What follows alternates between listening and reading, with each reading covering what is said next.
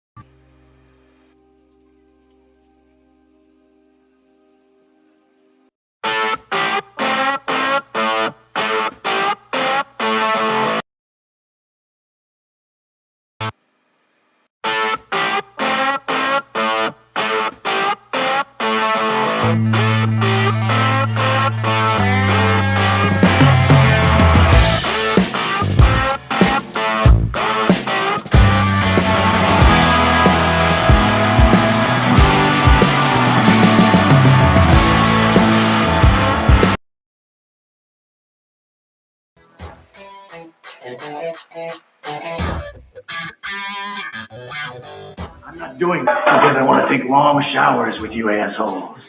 Ain't you them kids that have been quacking off in my tool shed? By a bunch of fargan ice holes like yourselves.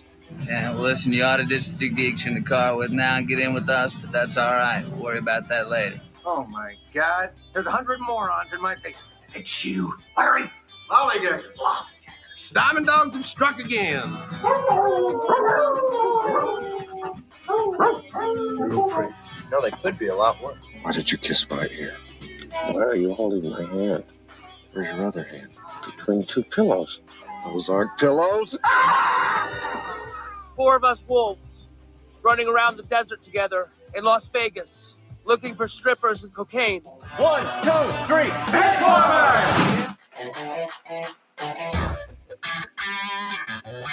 Live from Scott's parents' basement, this is the Basement Benchwarmers podcast.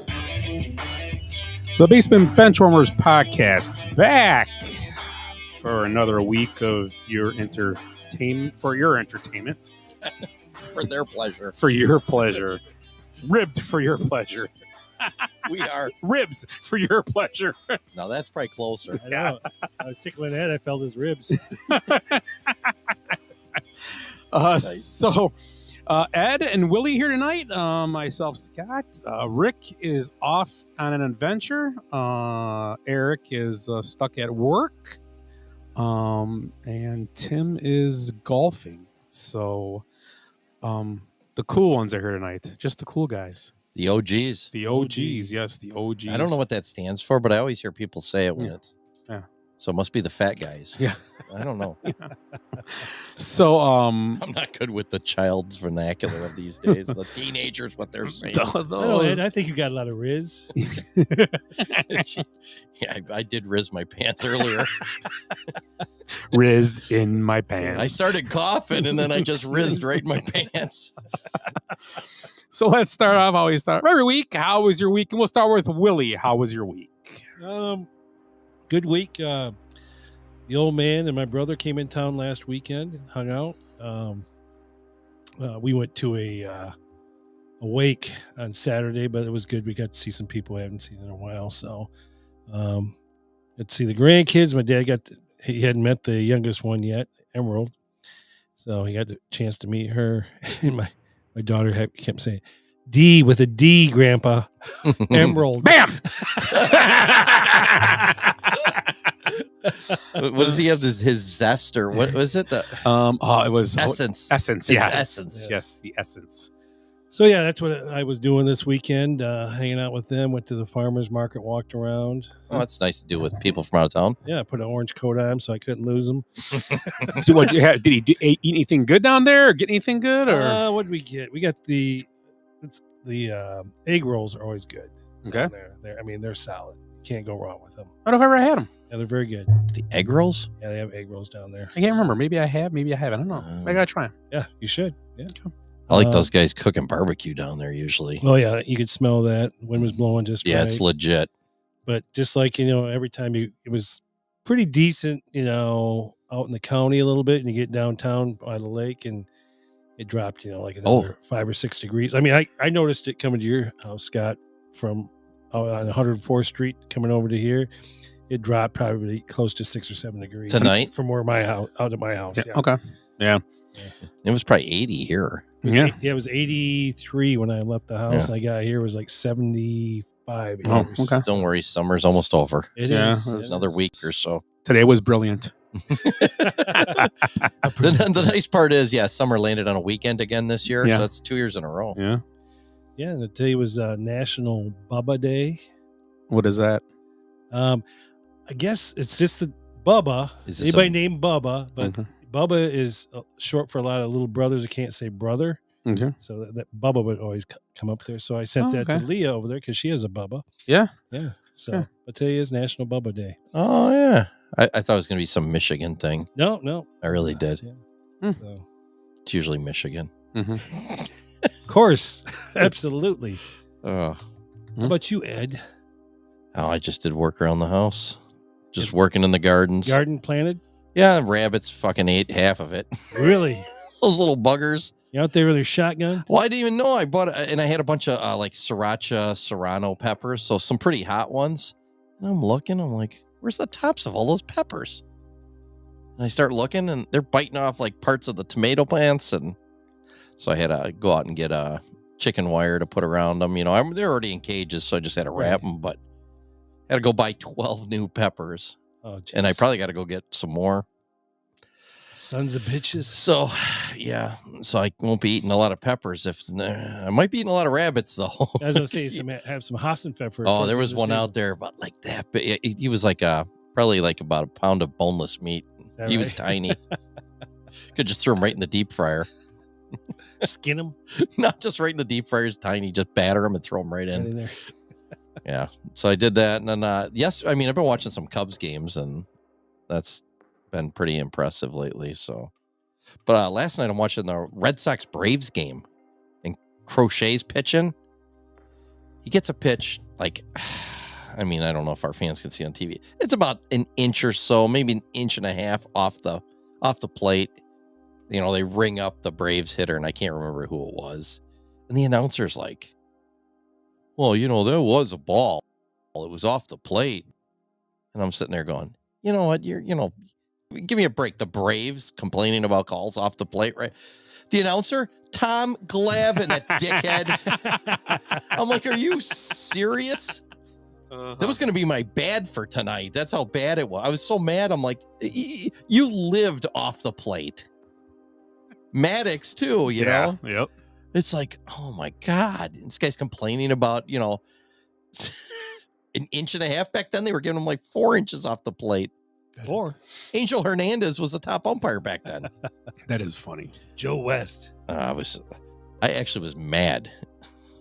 So, yeah, that's pretty much it. Just working around the yard, though.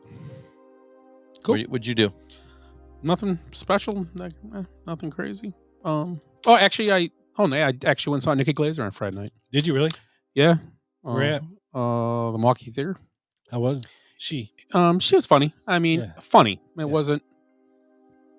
You weren't you didn't riz your pants? No, she was funny.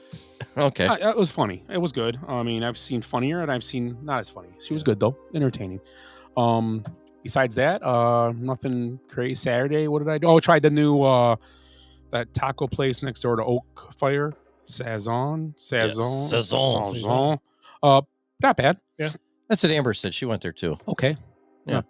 Nothing. Same thing. She said it wasn't as good as Bel Air Cantina. Yeah, conceptually the same thing, but not as good. Smaller menu right now, so it may get better. What We need a Bel Air Cantina type place here, but but overall, besides that, nothing crazy this last week. That's about it. Nothing crazy. So yeah. You didn't see a van come rolling by you? No, I did not. That was kind of crazy. No, I did not. It's like, what the hell? So tonight we're going to talk about the NBA Finals kicking off this week. Brought to you by Paul George. Right. Also, the Major League Baseball. A lot of things going on with the Cubs playing really well, and the Brewers as well.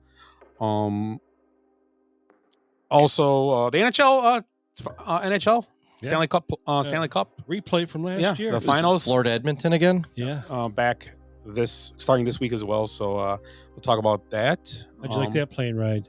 Yeah. Oh my God. Miami to Edmonton. That's got. What is it? Did anybody check? It's got to be 7-8 hours. Mm-hmm. At least. That's probably about 7. So yeah. So we'll talk about that too, and then we'll have birthdays and whatever else comes out. You had a shower stall tonight? I thought you had one. I do have one. It's a long one too. That's good. Good. We haven't had one in a while. We have a bunch of stuff. So let's start out with good, bad, and the ugly.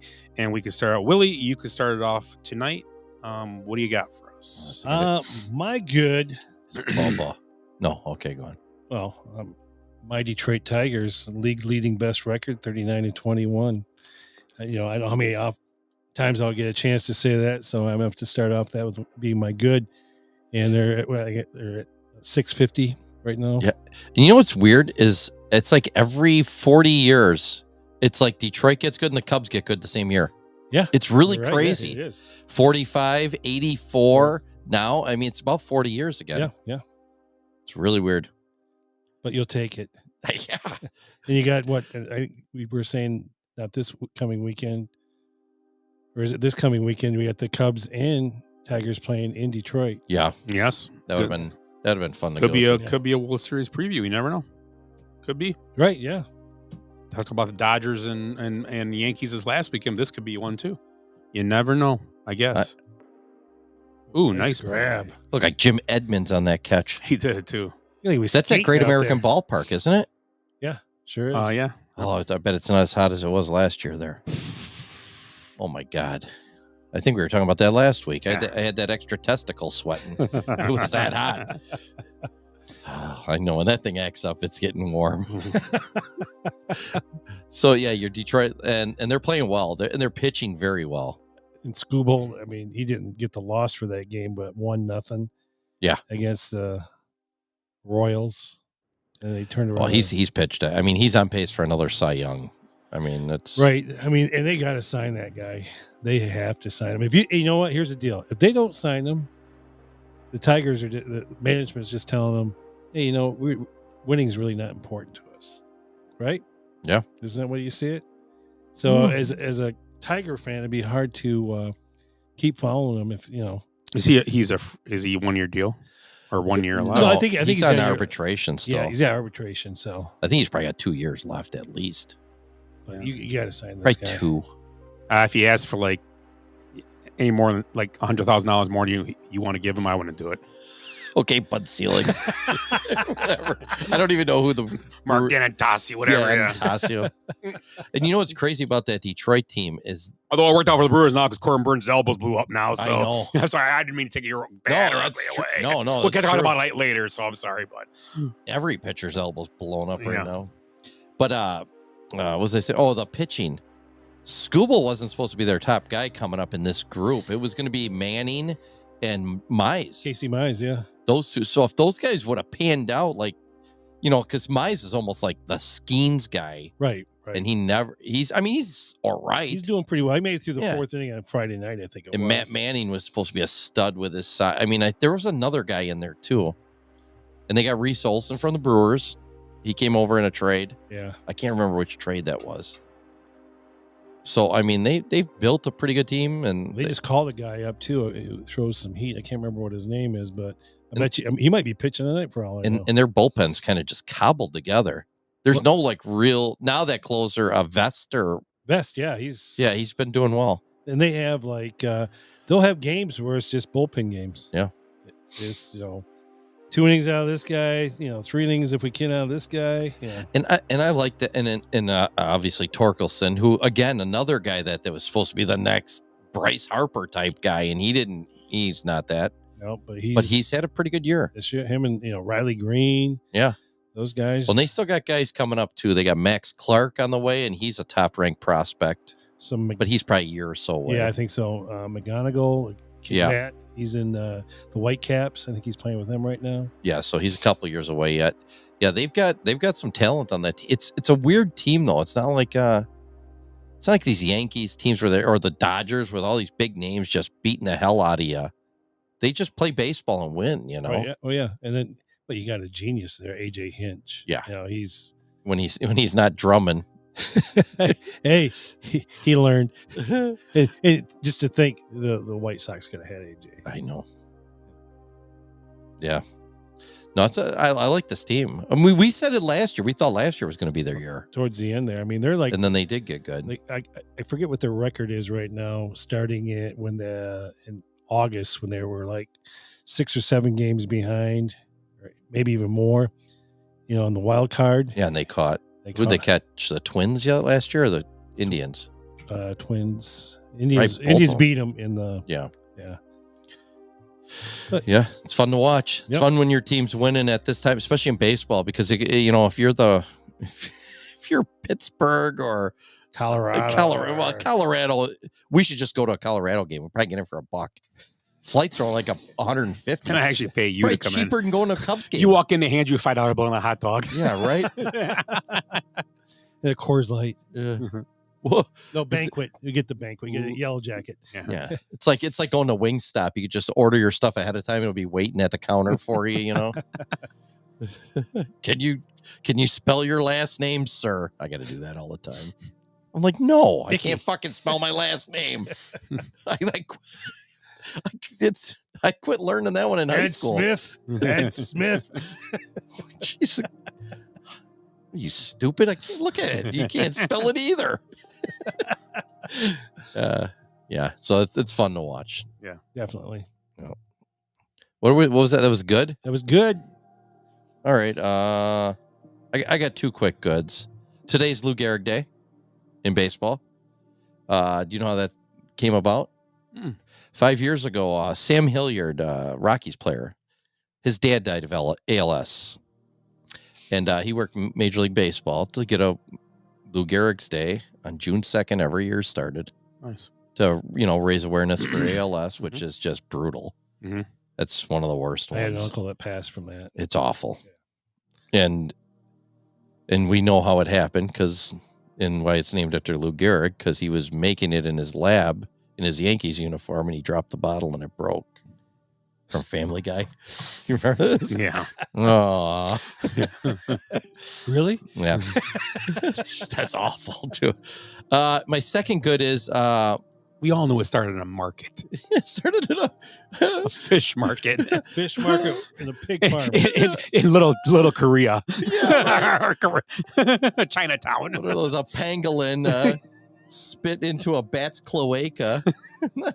Jesus Christ. Yeah, whatever.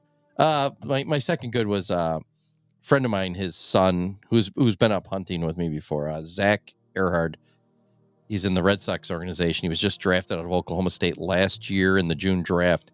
He's already at AA. He just got moved up to AA. And he credited his hitting coach back home, Wade Boggs, and his college hitting coach, Robin Ventura, and his college manager, Matt Holliday, with helping him.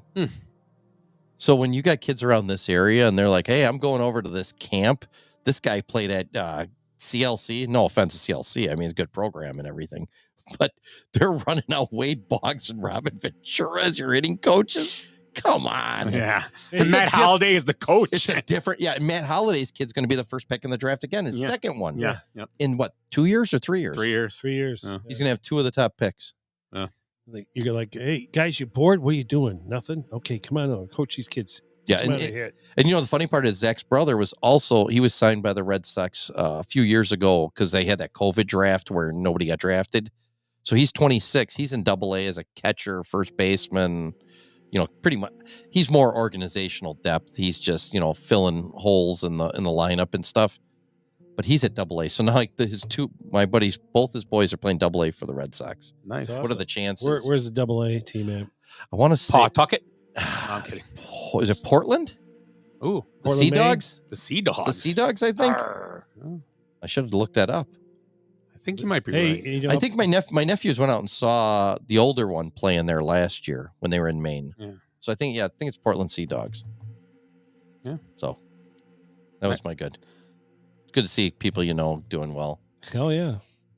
My good is LSU Shreveport. I think the first ever team to go undefeated in college baseball. 59-0. They went. That's a good record. That's pretty good. Yeah, it's not bad. It would have been better if it was 69 in it. Yeah. Yeah.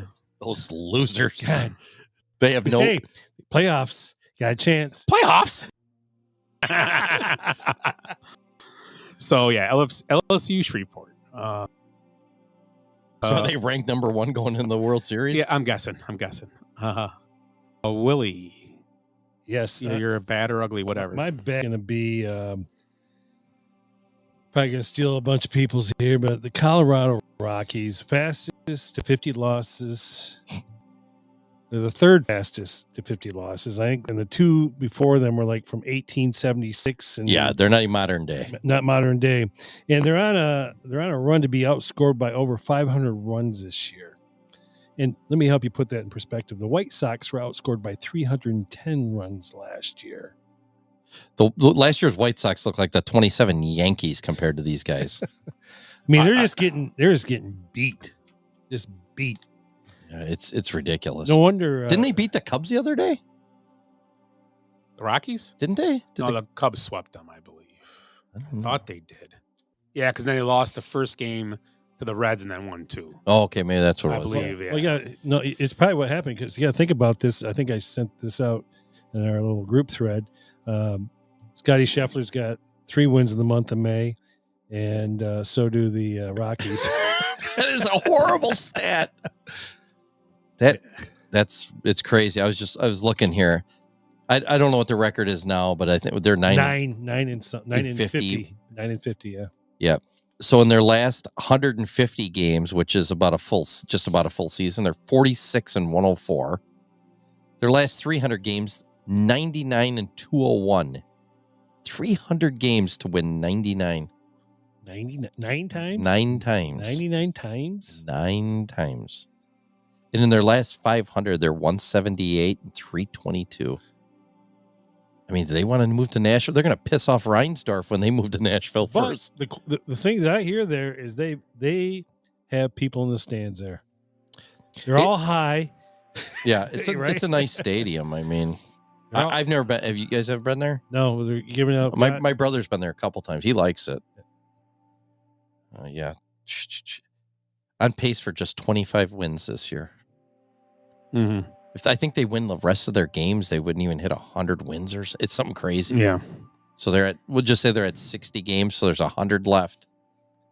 If they won 100 games, they would still only win like 109, 110, which is a really good year for somebody. It's not like out of the question. Mm-hmm.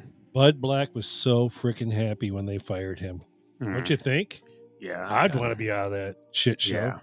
And what former Cub is there? He's on the 60-day deal.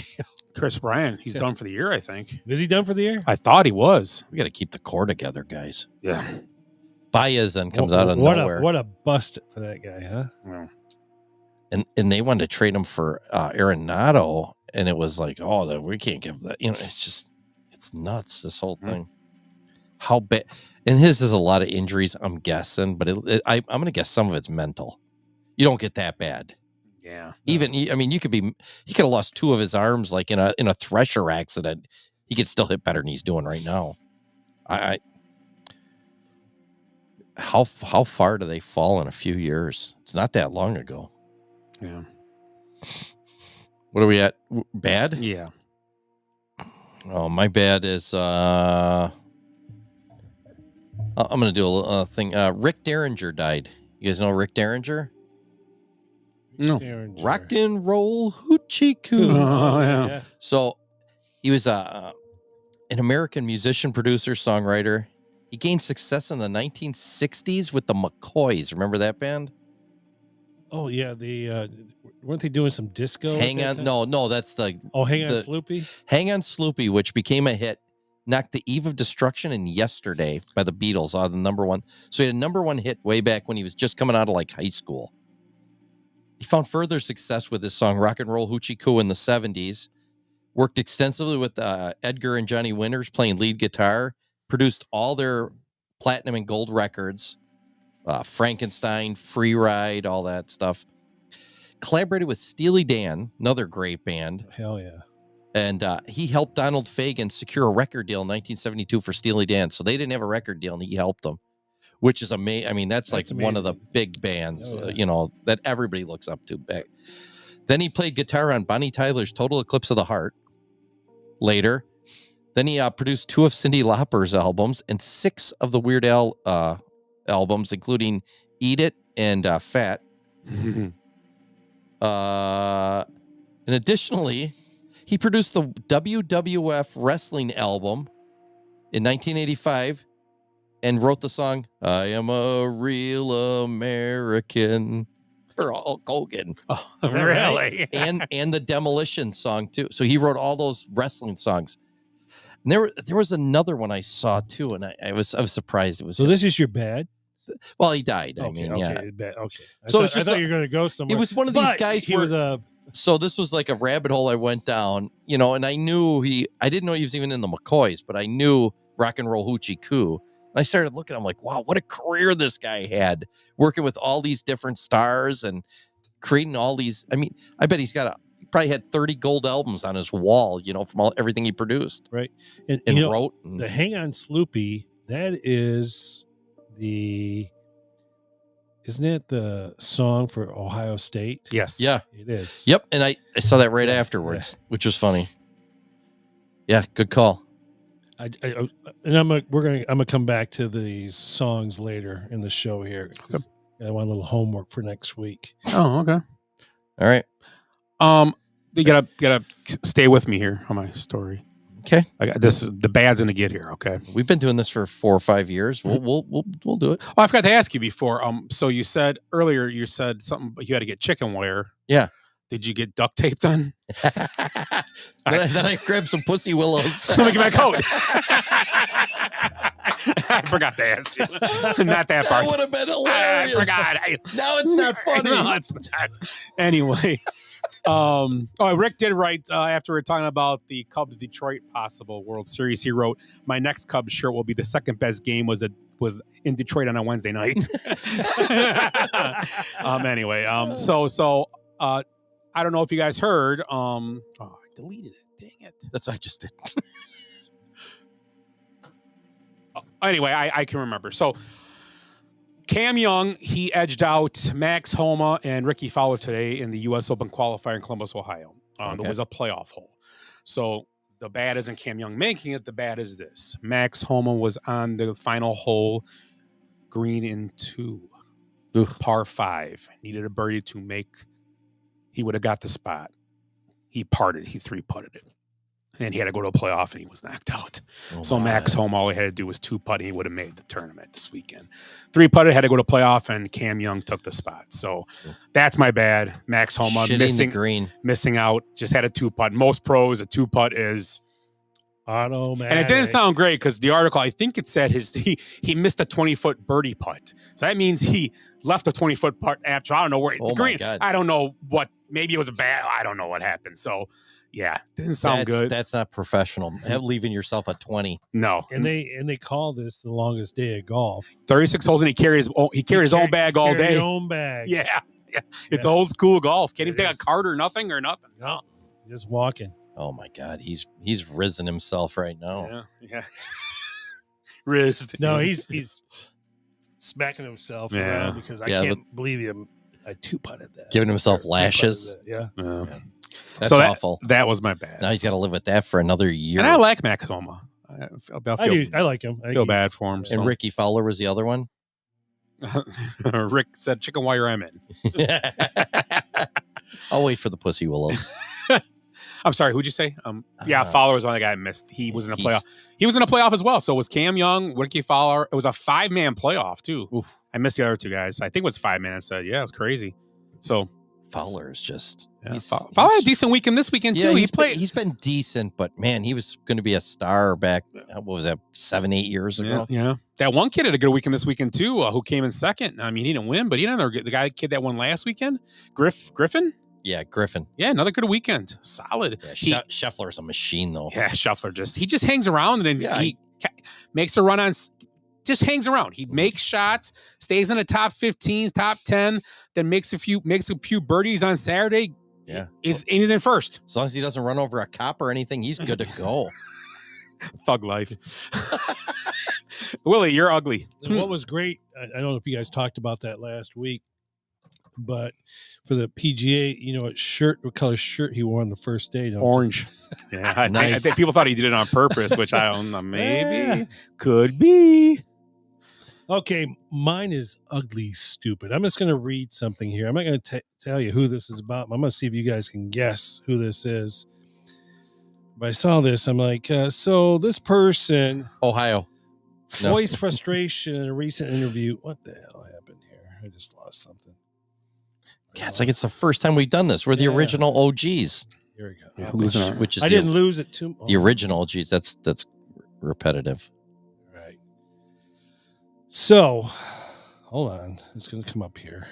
Oh, God. We're going to have to put out a silver alert for Willie's ugly. There it is. Okay. So, yeah. WNBA's games used to be a chill place where you could bring your laptop, relax, and maybe get a little work done. Okay.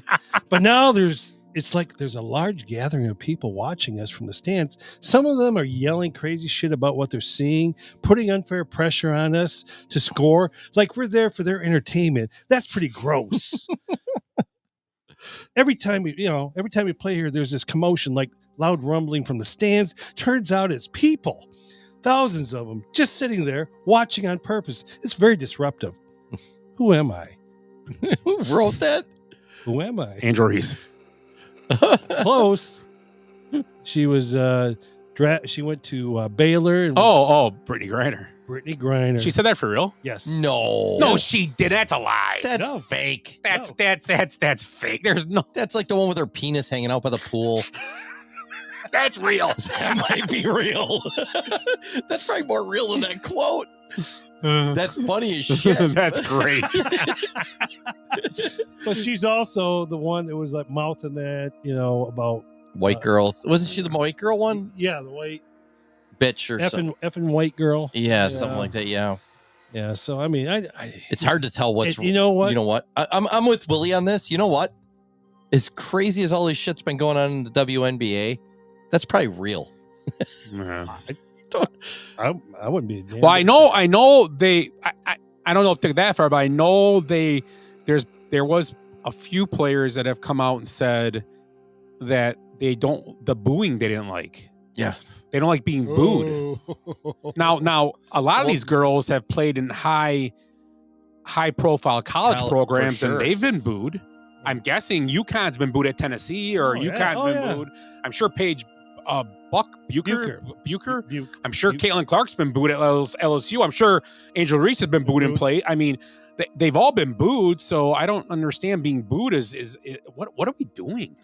Well, what was the one Angel Reese said the other day? Was that one real?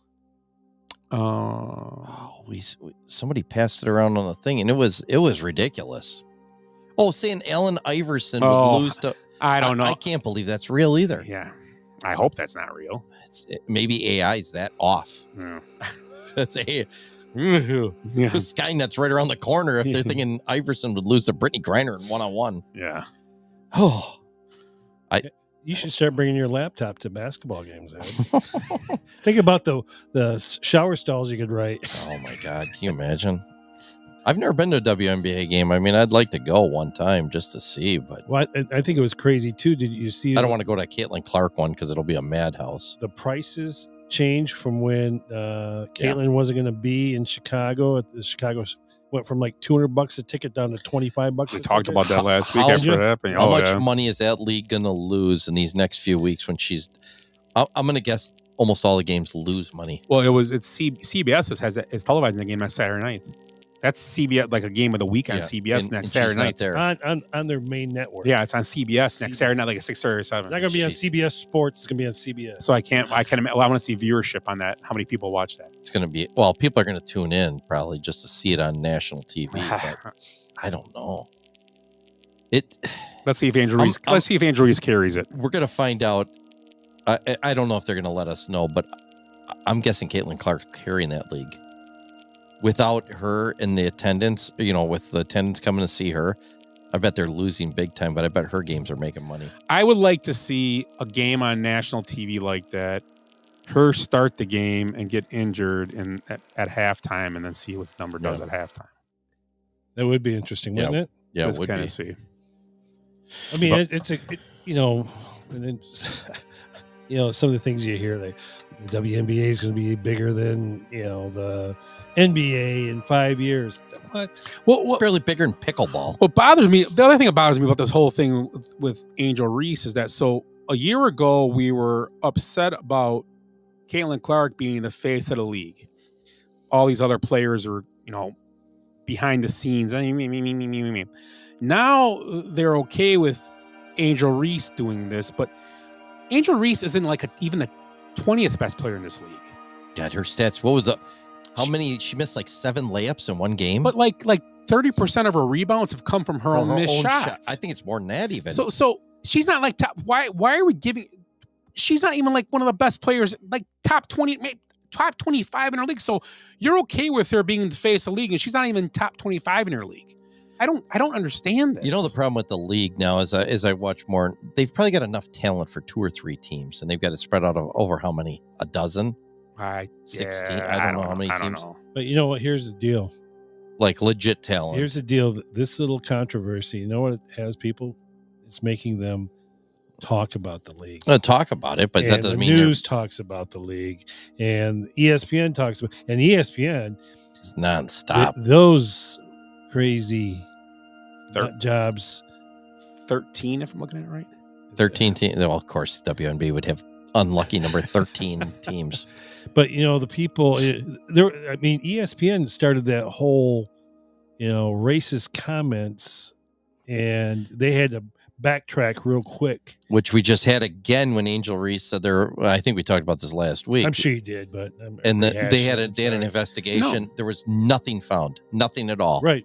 So she just made it up, Juicy Smollett, and nobody's talking about it now. It's like, why aren't they going, hey, isn't that bitch that just made that shit up the other day? Well, I think really something that could ruin people's careers. Well, I think what got that pushed down fast is Dave Portnoy. Oh, he was there when that happened, and they were kind of like, it was directed toward him a little bit, and he's like, no, bullshit. Here's what happened. I was sitting right there, and here's what I said. Here's what I yelled, and this is what I said. This was never done, and then, yeah, that's what I was saying. Yeah. It's hard to argue with Portnoy because he's not a bullshitter. He's not going to lie to you. No, he'll tell you. And he's not dumb. Right. Is he dumb enough to do that? What you said he did? Is he dumb enough to do that? He's got too much invested in his life. Jeopardize his multi-million dollar. Imagine how much of a douchebag he might be. He's not that type of person. I have a funny feeling. He eats pizza. Yeah, he loves pizza. But it's just the WNBA. It's more bad press for stupid shit because they're a bunch of whiny babies. Well, I said this last week. Well, I said the NBA is so funny. It's like you've got this mix, and obviously it's a dominated black league, obviously, right. NBA. But there's white guys that play in the league too. But they play, and it's like you don't ever really see this. You never feel on the court there's a white-black conflict type thing on the court. I never feel that on the NBA court. No. I never see that. I never feel that on the NBA court. You watch the NBA, that's all you see and feel on the court. It looks like an assault. It oozes that on that court. They talk about it. They breathe it into the league. That's all they want to talk about in that league. NBA don't even see color in the league. No, it's crazy. That league, it's like that league is in trouble because that's what their league is breeding that. They want you to see color in that league, and that's a problem. They want you to believe that like white supremacists are coming out to this league to cut. It's like, Why would they go to the WNBA? They're busy buying hoods. If I'm the commissioner of the league, I sit. I get every owner and I bring them in and I tell them, here's the deal. You better sit your teams down and tell them knock it off, or they're going to be suspended indefinitely until they fix themselves, because our league is getting a black eye because you look from both sides like you're all racist. Yeah. You need to knock it off because you look terrible. It's not, you're the worst league in sports right now. It's not even just by far. the race. It's just bigoted against everybody. Each other. Yeah. Everybody. Doesn't matter if you're white or black. Or straight or lesbian. And it's like everything they fight over. It's like, you know what it's like? It's like when you got a big group of women together. Oh, wait. Well, think about, remember all the racism you had going on in the soccer leagues in Europe. Yeah. Well, that was real. That was real, though. Real stuff right there. Yeah. And you don't hear about it too much anymore because I think they cracked down on it hard. Well, and I think they're getting more used to having more black guys in the league at the time, because their guys are. It was bad. It was bad in those leagues. Oh yeah. Oh yeah. Oh really? Oh, they're yelling out some shit you'd get in trouble here. You'd lose your job once somebody found out about it. There was but it's hooligans. It's a lot. You think the WNBA would last over there with hooligans? Oh my God, they're brutal. I wonder fights. I wonder what like the women's basketball league is like in the France and I don't know. Great Britain have a league or not? I don't know. I don't know. Russia does. Yeah, we know because Brittany Griner went there. Yeah. Oh, who is it? China does too. Who is the swimmer? Oh, what's her name? And she's. Oh, but anyways, they were talking about, and we made the trade for Brittany Griner against the head Russian hitman. Yeah. And we made the that arms trade. trading guy. The arms trading guy. Or Dr. Death. Yeah. We made that trade. Who made that trade? Mm-hmm. Yeah. Well, the guy doesn't remember it. The auto pen guy that doesn't remember it. I know. Which is sad. It's ridiculous, some of this stuff. Yeah. Maybe you know what? Maybe they find out that was done by the auto pen. Trump can annul the thing and send her back to Russia. And you know what? He'd probably gain percentage points. Like people like, yeah, send that. And Putin's gonna fight it. I don't want her. I don't want her back, you losers. We'll send you arms too for your guy. Just do something. Yeah, it's awful. Okay, went off on that tangent. Here we go. Oh, where am I at? Yeah, you're ugly. My ugly is Stefan Diggs on the boat with the pink stuff and the whores. Whores? Oh, sorry. I thought we were playing Clue. How many? I didn't even know about this. I started watching the video. I'm like, this is ridiculous. Did you not learn anything from the Vikings? What are we thinking? Okay, if you want to do that, whatever you're doing, okay, all your phones, put them away. Yeah, that's the first thing. So I got a little. And if you want to do it and have your phones out, then whatever the pink stuff is, don't have the pink stuff out. It's like, how many years before some woman comes out and says she was forced to take the pink stuff on the whore boat? Then she was raped with 5 other girls, you know? It's like a pattern. Yeah. Rich guys also. Did he not learn anything from Diddy? Yeah, that's what I'm going to say, right? Put your phones in. Everybody drop your phones in this bucket. Quit trying to impress everyone with your harem of whores and your shiny things. We get it. You can afford to rent women in bikinis to accompany you in an expensive boat or a car and have them film it.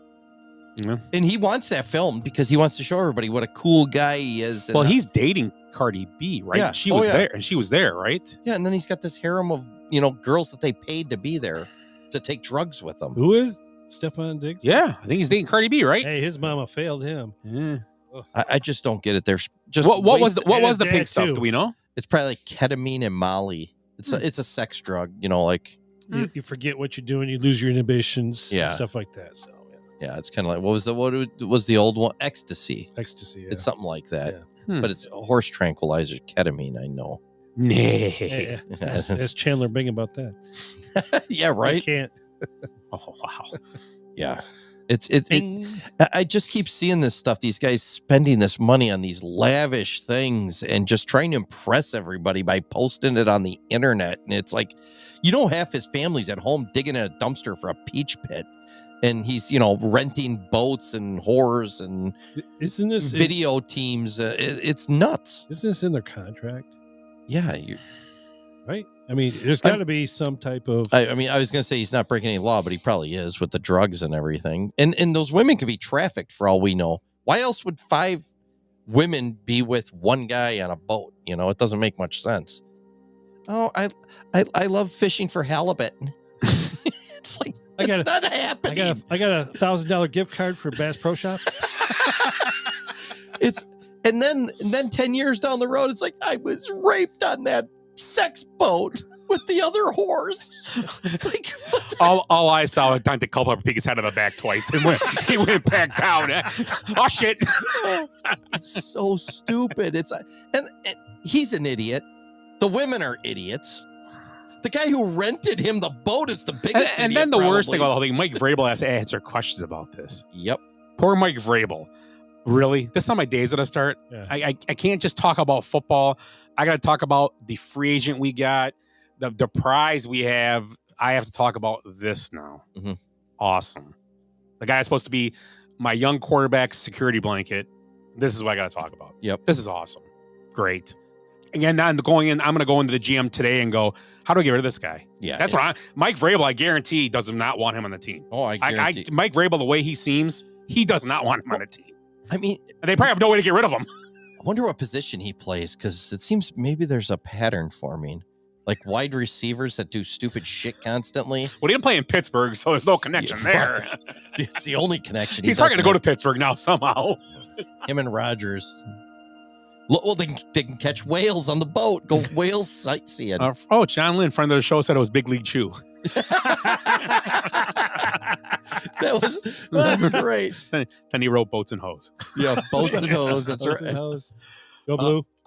So very true. It's just so off the wall. Yeah. The whole thing trying to impress her. What do they say? You're playa. He's a play. We get it. We know you're a player. You don't have to put it on the internet like an idiot. Don't hate the play. I hate the game. Right? That's what they say. I hate both. Stupid. The game's stupid. It's just the internet. It's so gross. Yeah. You know what I'm watching the other day? I'm watching tennis, of all things. And there's some guy, I can't even think of who it is. He's got a $300,000 watch on. He's sitting at the counter with the guys. It's like some watch that has like a, what's the one where you spin the thing in the casinos at Keno with the black and the red? Or roulette. Yeah. So it's like a roulette on his watch. $300,000 watch. He goes, well, if anybody gets it right here at the counter, I'll give you my watch, a $300,000 watch. So there's like 4 guys sitting around, like the news guy, or the what do they call them, the casters or whatever. How about 17? Was it 17? Was it not? It's like all these guys are like jerking off to this stupid watch, and it's like, dude, families don't have $300,000. This guy's just giving it away in a joke on TV. It's sickening. Yeah, it's the world we live in. Yeah. Was it? And these kids now, I don't know what it is. The kids, I don't know anything about watches at all, except they tell time most of the time. Yeah, you still got the calculator watch, right? I've had one watch in my life. It's still sitting in my drawer. It was a Swiss Army watch or something my parents got me when I went out of the country, and I didn't even wear it the whole time I was there because we were told to have a watch with so you could find your way out or whatever. What? Had a compass. Watch for? Had a compass on it. It's going to get dark at 7. It gets light at 7 in the morning. I know what time it is. Somewhere in between there. If it's dark, it's the other way around. Sun's above me. It's noon. Yeah, right. When the sun's gone, it's between 7 and 7. You're like Kramer. You have it right here. Wait right until you pass out. There are very few times where I have to be somewhere at an exact time like that I can't look at my phone. But yeah, so. My ugly is it's ugly, but it made me feel good about myself. Jordan Spieth almost killing a guy in the first row of the tournament this week. I was watching that live and I was like, man, that guy's kind of sitting close. Wow, he's a pro. Ain't gonna happen. And he hit that ball. I go, oh my God, he's gonna kill. And that dude ducked and I thought it hit him and it just missed him. And it was incredible. And the not ugly part about it. And Jordan Spieth still parred that hole. He got on and he was 20 20-foot putt he made for that. And the other part, then later in the round, Ben Griffin but is his name Ben Griffin? What's his name? Griffin? Ben? Yeah, the guy. Oh yeah, he hit the guy square in the back later. Yes. Guy was just walking. The same guy? No, some other guy. Boom. The guy was just walking along. All of a sudden, you see him go, ah! I've been bit. Hit a ball mark in his back. They showed right it. It bit me right here in the buttocks. Dude, it was awesome, That's man. $1 million injury. I was told that was $1 million injury. In the buttocks. Never seen none of that money. So yeah, it was Army must have kept it. couple crazy things. I never seen that this week. I never seen a guy in a tournament almost hit a guy in the crowd like that ever. It was like if that guy would have got hit, it might have killed him. Because it was low line drive. It was a line shot. Did you see the video that was out today? The guy was actually recording it, and he posted it. You could see him, and all of a sudden the phone goes flying, and he goes to the ground. It was awesome. It was great. Well, scene. I know how the guy feels because I was at Smock the one time when you hit that tree. It came back at me. Well, you were in front of me though. At least I was in front of you. Yeah, that was fun. It's like whack. Oh, I don't know where that's. We going. were playing a game of whack fuck. Oh, that was good times. Good times, Ed. Yeah. Good times. So that was Good, Bad, and the Ugly. So let's talk a little bit about well, you guys talk about a little about the NHL playoffs or Stanley Cup. Stanley Cup. Yeah. Florida, Edmonton. Second year in a row this has happened, correct? Yes, it is. It is. Which yeah. is doesn't happen a lot. No. So what do you guys think about this matchup? I'd like to see McDavid. I mean, I'd like to see a Canadian team. It's been a long time. I think since '93, since a Canadian team has in won. the Canadians. It was like Montreal, Habitats. Yeah. Yeah, you're kind of hoping, that there was a lot of Canadian teams in it this year. I mean, the Leafs, The Leafs. Oh my Edmonton, was Winnipeg. Winnipeg, the Jets were in the it, Jets were in. I think there was 4 or 5. Or the Senate? No, Senators weren't in. No. Vancouver wasn't in. Calgary wasn't in. So it's 4. 4. Yep. And one did make the finals. So yeah, you'd like to see McDavid win. Yeah, I mean he's there. And Edmonton hasn't won since what, 84? Yeah, since with Gretzky, I think, right? Yeah. Wow. When they were on that run with Gretzky, Messier, and Curry, and Those are okay teams. yeah, those are Yeah. those are pretty solid. So are the Messier. Are the Panthers favored in these, you think? I don't know. Let me look. I don't. How do they? I mean, would they be favored? I think I saw a few places there. let me see the I think to win the odds. series, not I don't know. When do they must start their series? What? Because they don't start the NBA till what, the 5th? Because they want to, and they they make the. I was like kind of bitching about it, but I guess I understand. You want to give those teams time to rest, so at least you have a good series, right? Well, they're pre done out because I think they would end it like on Tuesday and Wednesday. Because they want it The to. third and fourth would be in the game 7s, so they have to, or the second Yeah. and third would in game 7, so they have Right. to. They plan them out, pre-plan them, so they can't like move them up for Yeah, some because Right. because the stadiums have things in them, so Yeah. they have to plan. And TV, Yeah, all this stuff. But the other thing too, I mean, if they do get done a little early, you want them to come to yeah. be a little well rested. So I there's get a chance, it. I guess. I get it, I yeah. guess that's the way it is. Yeah. What do you got, Ed? It's Florida's 3rd straight Stanley Cup final.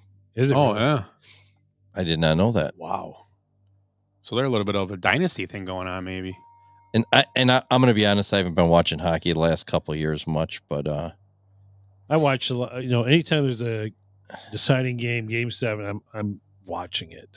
Yeah, I like Yeah, Game yeah, 7. so- Like I said, playoff hockey is pretty entertaining, I will say. It's a little different. I mean, but there, you know what? There were some big like blowouts this year in hockey. I mean, there have been. 6-3. That's a big blowout right there. When you're putting up like the Edmonton put up like 3 goals in 5 minutes in a game for the last game or something like that against the Stars. Just people were like leaving the stadium like big time. Yeah. Yeah, you're right. There was a bunch of games that you turn them on and it's like 2-3 goal leads. What the hell? It's not very happens there, entertaining. You want those. You want one. You don't want the third period at 5 minutes left, 1 goal, and they're You want, yeah. because then it gets pretty. You see a lot of scrapping and a lot of A lot of check-in and no fighting. Yeah, That's why it's entertaining. It's a little chippy. Yeah, and they don't fight in the playoffs because they want to stay in the games. Right. Those were the ones I always worried about when you go to kids games and stuff. When you see a team winning by like 6-7 goals, like you don't want your kid out on the ice. Then it gets chippy. You know. Mm. Oh yeah. Some kid's gonna take out his teeth. You know. Put a stick right in his grill. Yeah. This Florida team looks pretty solid. I'm looking at some of the stats and stuff, and I mean Reinhardt's a stud. I know that. I don't know if that. I mean, like I said, I haven't been watching much. Everybody knows McDavid's a stud. Yeah, so. McDavid. Right. Yeah. I had to look it up, and a couple guys predicted Panthers in 6, Panthers in 7. So it looks like it's pretty. The Panthers in 7 I saw a couple times. So I'm guessing either way. What it comes down to, and we all know this, it's a hot goalkeeper. The goalies. Yep. That's Yeah, right. you're right. Whoever's standing on their head, making saves. I agree. That's what comes down to. I agree. The hot keeper. Yeah. So talk about that for a second, just because it's hockey. It's hockey. Some people care. Yeah, I mean, I used to watch it religiously. No, I haven't in the last few years.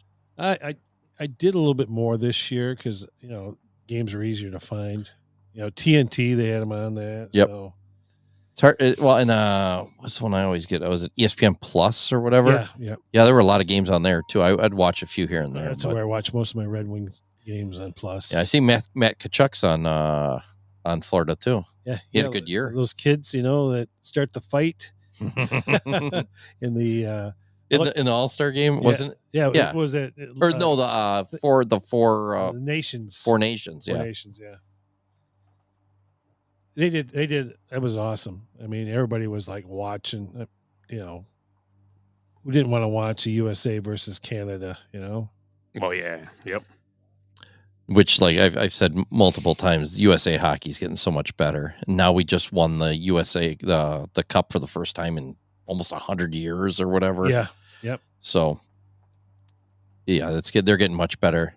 We have much better programs now. We're going to eventually pass Canada here in quality. When you get great kids out of the and we're getting top athletes, out of the, like Phoenix and Florida, and where you never had rinks before. Well, that's why I was looking at Matt Tkachuk's from Arizona. Yeah. I mean, there's tons of them. Tons of good players from those areas. So, right. Yeah, we're starting to get our actual athletes to play hockey, which we never did. Right. They always played baseball or football, and they're not doing it anymore. They're going and playing other sports. You think about their parents push these kids into it when they're young. Mm-hmm. You have to be for hockey. Yeah, you almost have to be. You got to start when you're barely walking. You're pushing a chair around. Yep, on the bucket. Yep, you're pushing it around. Yeah, so you start early, and you're pretty much that stick stays in your hand. It's amazing when you see kids. Like I watched my nephew go all the way through, and by the time he's 18, it's amazing. Just the way he was doing the other day. We're sitting in the back drinking. He picks up his stick. It was laying outside. He's got like 10 sticks, and there's a beer can that's crushed there, and he's moving it around after we've been drinking by a bonfire at night, and you can't even see. I mean, just how fast his hands are and moving that. Did you knock that cigarette out of your mouth? Yeah. Shut the apple off my head.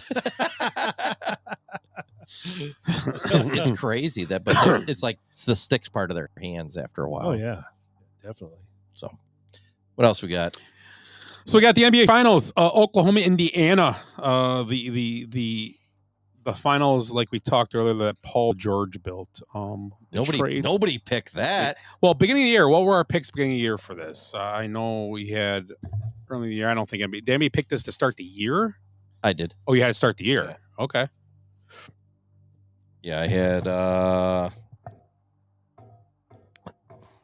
that's not what I. Pacers, Thunder. I had the Pacers beating the Celtics and the Thunder beating the Suns. Ugh. But I got the final. Okay. And then Eric had Bucks, Wolves, with the Bucks winning. And you had Knicks, Thunder, which was pretty close. Oh, yeah. Yep. What would I have winning? Thunder. I had the Thunder beating the Pacers, too. Okay. Yeah, I think I was the only... was I the only one who picked the Pacers? Oh, no, we all picked them to make the playoffs, so... Yeah. Okay. And everybody had the obviously the Timberwolves. Yeah, so Or the last two teams, Timberwolves, Thunder, which we all picked those teams. Okay. And then it was Knicks, Celtics. Who'd I have in the Final Four? That I have the. You had Celtics, Knicks, Thunder, Nugs. Oh yeah, pretty good pick though. Yeah. Who had OKC winning it? Who else had OKC winning it besides me and you? Nobody. Else? It was just the two. Just There's me. only three of us. Eric was the only other one. Eric. Okay, nobody else did it. And I picked Wemby as the MVP, and he didn't finish the season. Oh. You picked Tatum, and he didn't finish the playoffs. Yeah. And Eric picked Luka, and he went to L.A. and got fatter. Yeah. Who won it? Oh, Shea. Yeah. Let me pick him. No, and not one of these guys even was in the top. Wow. It was the same three guys as every year. Eric didn't pick Giannis? No, Luka. Pacers were a 500-1 Wow. to make the NBA Finals. Who won the Rookie of the Year? Was it the guy from Atlanta? Who did win Rookie of the Year? I can't remember. We had Zach Edey and Shepard. Somebody, you picked Shepard. Shepard. I think Houston. Yeah. He's pretty good. I mean, yeah. Let me look. Who won that? Because and Defensive Player of the Year was Wemby, but I don't think he had enough time to. I don't know who got the Defensive Player of the Year this year either. NBA Rookie of the Year was Stephen Castle. Is that the Hawks guy? Who? I think he was from San Antonio. Oh, San Antonio. Yeah. Nobody had him. Was Defensive Player of the Year. NBA Defensive Player of the Year 2024. Oops, not 2045. Let's see who that is. Oh, here's all the awards. Could probably just said that. Yeah, we should probably do that. Shea. Oh, that's all. That's the MVP. We know him. Defense player was Evan Mobley. Oh yeah. He had a good year. Mm-hmm. That whole Cleveland team had a good year until the playoffs. Then Clutch player was Brunson. Sixth man was Peyton Pritchard. Oh, I remember. Yeah, he had a great year. We didn't pick that. Coach of the year was Kenny Atkinson. None of us picked that. You picked Donovan. I picked. Was it McCullough? Missoula. Joe Missoula. Oh yeah. I couldn't read it. My own writing. Jesus. And Tibbs. Eric picked Tibbs. Draymond Green won Mr. Hustle. No way. Yeah. You think everybody around him's hustling when he's pulling a gun on him or whatever. Run! That's psycho. Uncle Draymond. Yeah, so I mean, we had pretty good picks actually. Yeah, you had the two, and Oklahoma City finished the deal. You finished the final. Yeah, which we haven't done. Did you do? You did last year, I think. No, I haven't. You had Celtics. Somebody I remember. Celtics played who last year? Because I don't know if I got the final. I don't know who Celtics beat the Pacers, and then they went into the finals. Who Celtics beat last year in the finals? Do you remember, Willie? Nuggets. Yeah. I don't know if I picked the Nuggets. Though. It was the Nuggets. Yeah, I don't know if I picked them. No, I can't remember. I'm not sure. All right. Or was it Dallas? No, he beat Dallas to get there. Never mind. Yeah, it was Nuggets, Dallas, and then yep. Yeah, I don't know. So Paul George, a lot of these trades involved him to get there. It was roundabout way with Paul George to get Siakam to Pacers, Indiana, but pretty much was a trade involved George kind of directly with Shea to get to the Thunder. Thunder still have a bunch of picks. They're young. I don't see these teams going away too soon as long as they stay healthy. I don't think a lot of these players are leaving these teams soon, so I think these teams are going to be around. I agree with you on that. I mean, there's a few of these teams that are going to be heading the other direction, I think, right now. Yeah. I think I think you might see a shakeup in Denver. Besides, Mitchell and who's Jokic and besides Jokic, obviously, and Jokic's going to Westbrook go. still there. He's going to the Pistons. Yeah. Besides the main players, I think Lakers stand pat with what they got, and they'll stay add play. I don't know what LeBron's doing. Who knows? I think if LeBron leaves or retires, which I think that would help the Lakers. I do too. I think it'd open up a lot of salary. They could add pieces to go with Luka, and they'd be a better team, I think. And I think that's their plan. Yeah, they hope. I think they're looking ahead. Mm-hmm. And they got... And Luka's young, right? 26, 25, 26. Yeah, he's super young. They can't waste his young years on LeBron wanting to play. He's got the body of a 47-year-old, but yeah. He's built like Fred Sanford, but he's kind of. I'm trying to meet you, Elizabeth. It's in my shower stall. Yeah. And there's a lot of ways to look at it, but like I said, I mean Oklahoma City is the favorite, and people have bet again. And the crazy thing is about Indiana, I'm not taking anything away. And Tyrese Halliburton, not a great year. He's had a great playoff. I'm not a fan of his. I think he's an odd. I don't know, something about him. He's a Wisconsin. It was funny about how he thought like he won the MVP, and he didn't. Oh, I loved it when he started to. But he should have won it. It was strange he didn't win it. Siakam had a good series, but Halliburton had a better series. Halliburton's the guy. Well, he had the perfect game. Yeah. He had the perfect game where he was like, 30, 15, 12, and no turnovers. Yeah, he had a great series. No one's ever done that. He should have won the MVP. I think he got kind of screwed. He's getting the Ron Santo treatment. They just don't like him. He got whammered. Yeah, whammered. Yes. From a few years back. People understand that maybe. But the one thing I'll say is that Barkley said this correctly, and we all forget about game one of this series. If the Knicks do what they're supposed to do in game one, I think the Knicks win this series. And Barkley said it correctly. The Knicks had to win 5 games to win the series. They did. Is that how that worked? They had to win 5 out of 7, and that's impossible. And it was true. And if it wasn't for being up by 10 with a minute left and losing, oh my God! I mean, it's incredible. They it's just how the game goes. And you know what?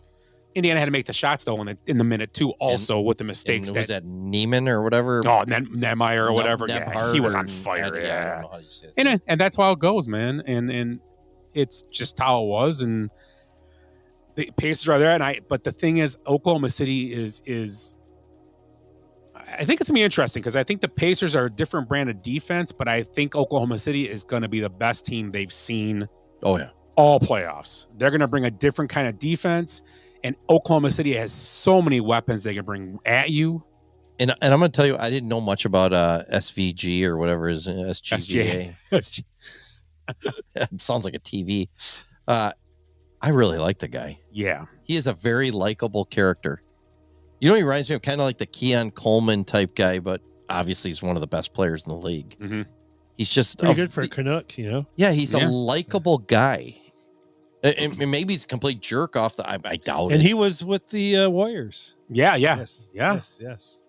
He was a Clipper too, right? No. He was with. He was a Clipper. Clippers. Oh, was a Clipper? Okay. Yeah. Sorry. Because that's how George got moved there. Right. Yeah. Go ahead, Willie. So we were talking about OKC's defense.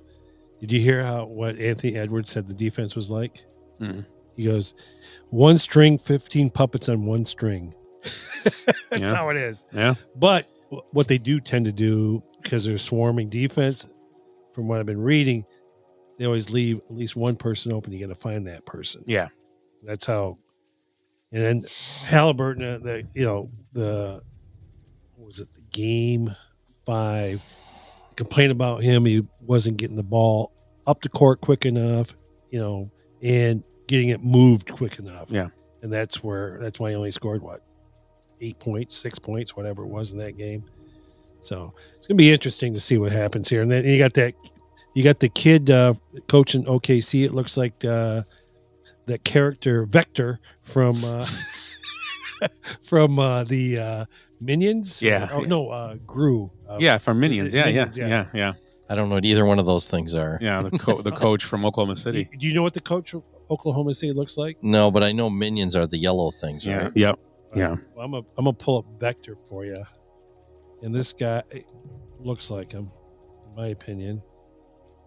And I think the guy that doesn't get a lot of talk, and I know he was the #1 pick and all this, but the guy that's going to be a big difference in the series too, Chet Holmgren. He's had a great playoffs.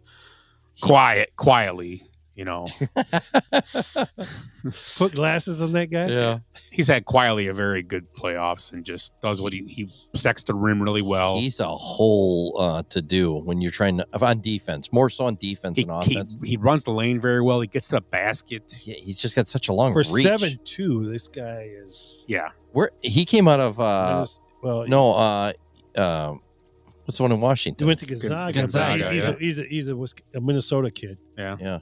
I think he went to the same school that the other good guy, good college basketball player, not a great pro player. Who was the other From Gonzaga? Adam Morrison. No, He was same thing. Yeah, Adam Morrison with Gonzaga. no, right? but just recently. I don't know. From Gonzaga. Yeah. When they got to the final, what is his name? Anyways, he's a Minnesota kid as well. Okay. The kid that could shoot, right? You're thinking Morrison was a pretty big guy, right? Mm-hmm. Yeah. Suggs. Oh yeah, Jalen Jalen Suggs. Yeah. Jalen 'Cause Suggs. That's yeah. Jalen Suggs plays with Oklahoma City as well. Does he? I think so. No way. I swear to God, doesn't he? I'll look it up. Yeah. I swear he does. I'd hate to be misinformation. I could be off on that, but Magic. oh, Magic. Who's the guy? Jalen Williams. I'm confusing the Jalen's. The kid that played really well in the playoffs against the last series. Jalen Williams, maybe it is. Yeah. Jalen Williams. Oh, okay, that's what I'm he's thinking of. good, Yeah. Yeah, he's legit. He's funny to listen to too. Yeah, he's. You see him and you're like, okay, this guy's gonna be a punk, and then he starts talking. You're like, oh yeah, he's like highly educated. He's legit. Yeah. He's probably more smarter than the whole Basement Benchwarmers podcast. Yeah. So the series, I think that series will be a good series. I'm gonna go. I don't know. Could it be a sweep? Oklahoma City? Nope. I don't know. No. I don't know. Indiana will come back from 22 down in the last 3 minutes. Yeah. TNT ended. Obviously, I don't know if you watched Last Goodbye, where Shaq said "fuck" on national TV. Did he really? Yeah, on purpose. And then Kenny the Jet followed up with "fuck" also, which I was surprised by him doing it. He said it out. He said "f it," and then he goes, "I'm just gonna say fuck," and he said it Shaq, and then again, it was hilarious. Ernie Johnson's face was the best. Like, oh god. And then surprisingly, Chuck didn't say it. Chuck, yeah. But Chuck was on. Well, there's nothing they can do really because that's not Dan Patrick today. It's cable. Yeah. So he was talking about. I don't know what this ESPN thinks I'm going to do, but I'm not going to be on every goddamn show. Yeah. He said that. He goes, I'm not going to be on every show. He goes, I like to do things I like to do. Mm-hmm. You know? Well, the rumor, like they said, they're still going to be in Atlanta. So it sounded like they're going to. He said they're still going to be in Atlanta. They're still going to do the show from the same studio. So they're not going to be. I'm sure they could do different segments from Atlanta, but they're not going to be in anywhere else in Connecticut or nothing. So they're not going to be. You can still send the feed there and stuff. Stephen A. Smith wants to be on everything. Yeah, I mean that's who he is. They just want to do their pregame basketball stuff and halftime stuff. They'll do their pregame for Fridays and Tuesdays and be done with it, right? Right. Yeah. So where are the NBA games going to then? What? NBC and ESPN. Oh, okay. Yep. It's NBC. Yeah. So Holmgren and Suggs both went to Minnehaha Academy. Minnehaha. Okay. That place has cool as a casino. It's right outside of Minnetonka, probably. Yes. I'm gonna look it up. That sounds interesting, actually. Yep. So that should be interesting. It's the Battle of the Midwest. Well, I'm sure the NBA is loving this. Yeah, they hate it. I don't know. I think it's different now because I don't think the big cities matter anymore. New York made a difference. Yeah. You're right. Knicks would have been a huge. Yeah, because they haven't been there in a long time. 93, I think it is. Yeah, so you would get more interest involved. Like if the Mets made it right to the World Series, I think you get a huge, just like the Cubs. I mean, the Cubs would get a huge. Cubs would all have a huge following just because of the Cubs. I mean, they're all over the place. Yeah. I mean, but the Mets would be a good example. Like Knicks would be a huge thing, right? The Lakers would be, but LA is kind of a different animal because people don't care. They got other things to do in LA. Yeah. Worry about fires. Yeah, raping children, whatever they do out there. Buying baby oil in bulk. Brewers just won another one. Yeah, McGill's actually been a pretty good closer. Look at the haircut on this guy. It's what the hell. Yeah. Yeah. So yeah, the final start June 5th. June 5th. We'll talk about it more in the next coming weeks. So It's like a week away. yeah. So we'll take a break real quick, and we will be back in 5 minutes. 2 and 2.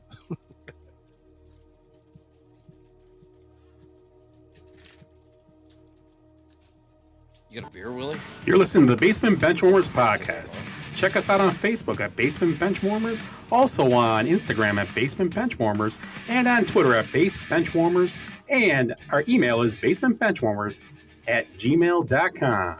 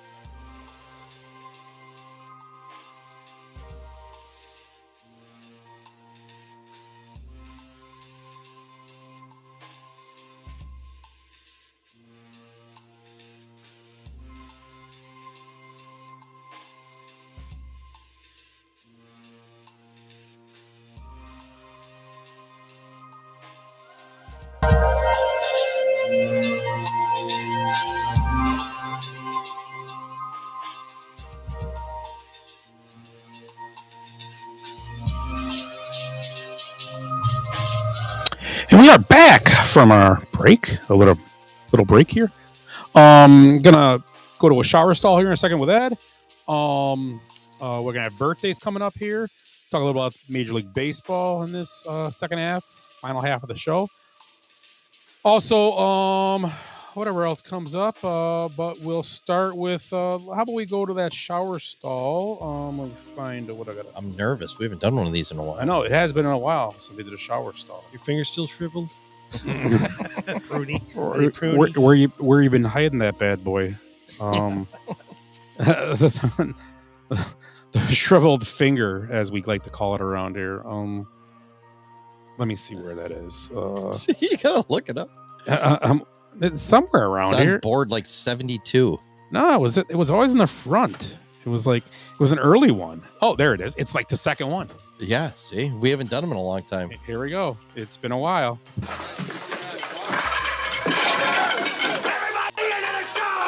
Anybody in the shower in 10 seconds gonna get fined $100. Larry, 1 Mississippi, 2 Mississippi, 3 Mississippi, 4 Mississippi, Get in 5 there. Mississippi, Hurry it up. 6 Mississippi, 7 Mississippi, 8 Mississippi, 9 Mississippi, 10 Mississippi. Everybody's in the shower. Yep. I got my sandals on. I keep seeing all these bad things happening around us, school shootings, carjackings, Walmart fight videos, people putting ketchup on hot dogs. And people try to blame guns or video games or a lack of Jesus in the schools. But I realize it goes much deeper, and it's generational. The problem is the breakdown of families. For years, we've been brainwashed by the TV into believing TV families are normal. But I researched all the shows we grew up watching, and I noticed a few things. Like in Leave It to Beaver, Ward worked in an office. June stayed at home as a mom. The kids turned out fine, except that Eddie Haskell piece of shit. That bullshitter. And a kid's nicknamed Beaver. No wonder Miss Landers always kept him after school. I don't know. And then another show we used to watch, The Flintstones. Fred worked in a quarry, bowled on Thursday nights, was a member of a secret society that worshipped water buffaloes. He drove the first carbon-free automobile. Wilma was a stay-at-home mom using enslaved animals to mix cakes, dispose of garbage, and pleasure herself. I probably made that last one up there. Anyway, fossil evidence proves that was all fiction, as no person of that era could afford a full rack of brontosaurus ribs. The Brady Bunch, another family we all know. Mike was an architect who designed a 3-bedroom house for 9 people. He must have got his degree from the University of Mexico City. His wife, Carol, very naive and overconfident in Mike's ability as an architect. She didn't even have a job. She didn't even sell makeup or Scentsy or candles or anything, And then she still paid a housekeeper to do all the cleaning. She must have been one hell of a tiger in the sack. Besides the 6 kids, the Brady's also taken cousin Oliver. You remember that? Oh, yeah. His parents abandoned him and went to Bolivia. That's a true story. I'm guessing he slept in the garage until Mike died of AIDS. All in the family. And one of the only characters I can relate to on this whole list, Archie Bunker, a World War II vet, factory worker. He supports a family full of dipshits and freeloaders after returning from the front lines in the war. Every one of his family members is a worthless piece of shit. Edith is a moron who doesn't work.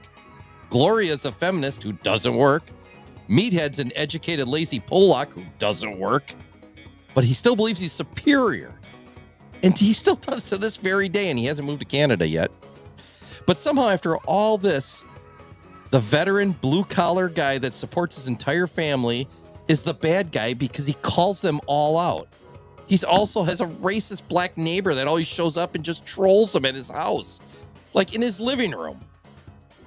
And after all the abuse Archie endures, he still takes in an abandoned little girl without question because that's what American men do. Archie Bunker's a friend of the show. Sanford and Son. 2 scrappers drive around all day collecting metal. Most realistic show on the list. People could learn a lot from these guys' work ethics. The original Mike Rowe. One of my favorites. Good Times. The husband, James, is a 6th grade, educated, unemployed construction worker, dishwasher, and odd jobs kind of guy. Florida, his wife, was Maud's maid in New York City, if you remember. Even though she lives in Chicago. Large plot hole there. Also, her name is just plain lazy. Really, Florida? What's her sister's name? North Dakota? They raised 3 children in Cabrini Green. A dynamite artist, a college student, and a black political activist. The dad leaves this awful family after 3 seasons, turns up years later working in a McDowell's restaurant in Queens. That part's actually pretty realistic. I would have left those guys too. Family ties. Steven. He's a hippie who works at a PBS station misappropriating tax dollars. Elise, a hippie architect who designs drive-through abortion clinics. No, I'm just kidding. I was just kidding on that one. Alex P. Keaton's their conservative Republican time-traveling son. And then they have the typical hot, dumb daughter, Mallory. The ugly tomboy daughter, I think her name was Russell or something. It's not important. And a young son that ages 5 years between seasons 4 and 5. Must have been in Marty in the DeLorean. Bizarre. Mr. Belvedere. We all watched that one. George is a sportscaster played by a sportscaster who reminds me of that sportscaster in that movie Major League 2. His wife's a lawyer. I don't remember her name. She's like some non-playable character or something. And Mr. Belvedere is that fruity butler based on a 1947 literary character. It's the odd couple on fentanyl. I would rather watch those zombies on Kensington in Philadelphia just standing around. Nobody's watching anyways. Too close for comfort. Henry's a conservative cartoonist who likes to bet on golf.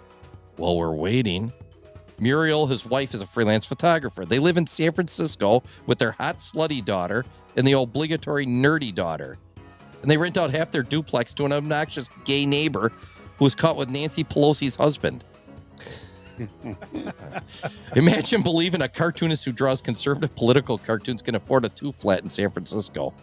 What a bad show. What a waste of Ted Knight's talent. My 2 dads. Michael's a straight-laced financial advisor. Joey's a free-spirited artist or maybe a truck driver with a monkey. I'm not really sure. And both guys are straight and don't have a podcast. Weird. Anyways, after both guys raw dog a dead lady in Key West on the same day, they decide to raise the cream pie baby in a huge badass flat with help from the judge who decided their custody battle. Talk about current, a radical judge deciding how people should live. Yeah, crazy. Side note, Dick Butkus, after years of biting kneecaps, owned the ice cream shop downstairs. Remember that? Kate and Allie. You guys ever remember that show, Kate and Allie? Mm-hmm. Yeah, Kate's a travel agent at LaGuardia, and that ignorant slut Allie is a housewife. 2 single moms living in Greenwich Village on 1 minimum wage job.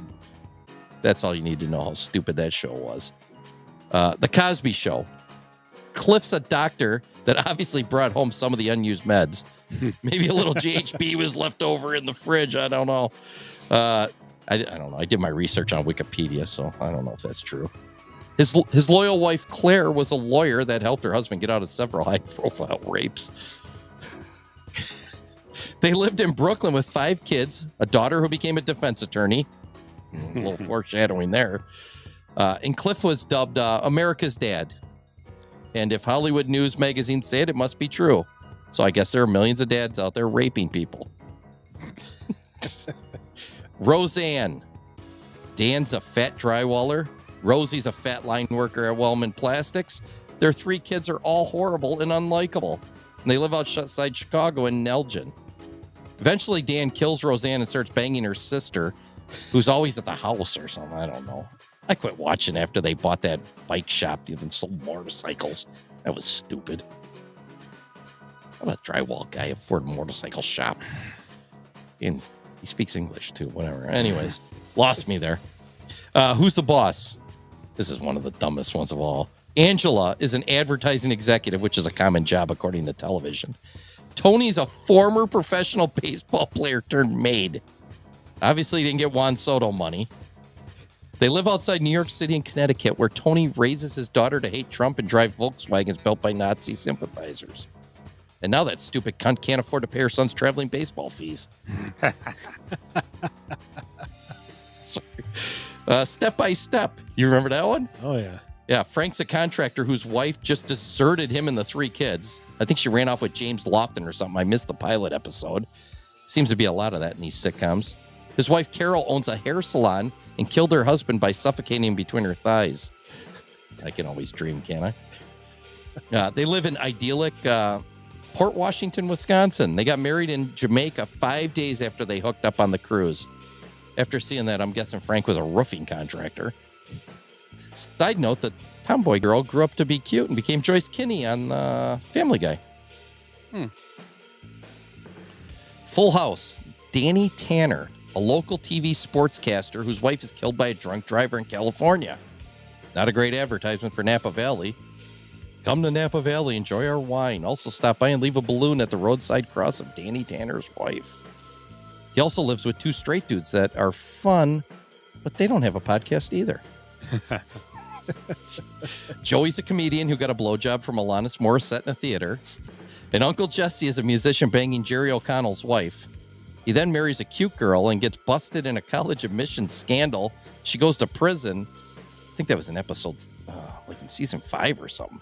Anyways, they live in a huge house in San Francisco with Danny's hot Christian daughter, a funny-looking middle child, and 2 skinny little billionaire sluts.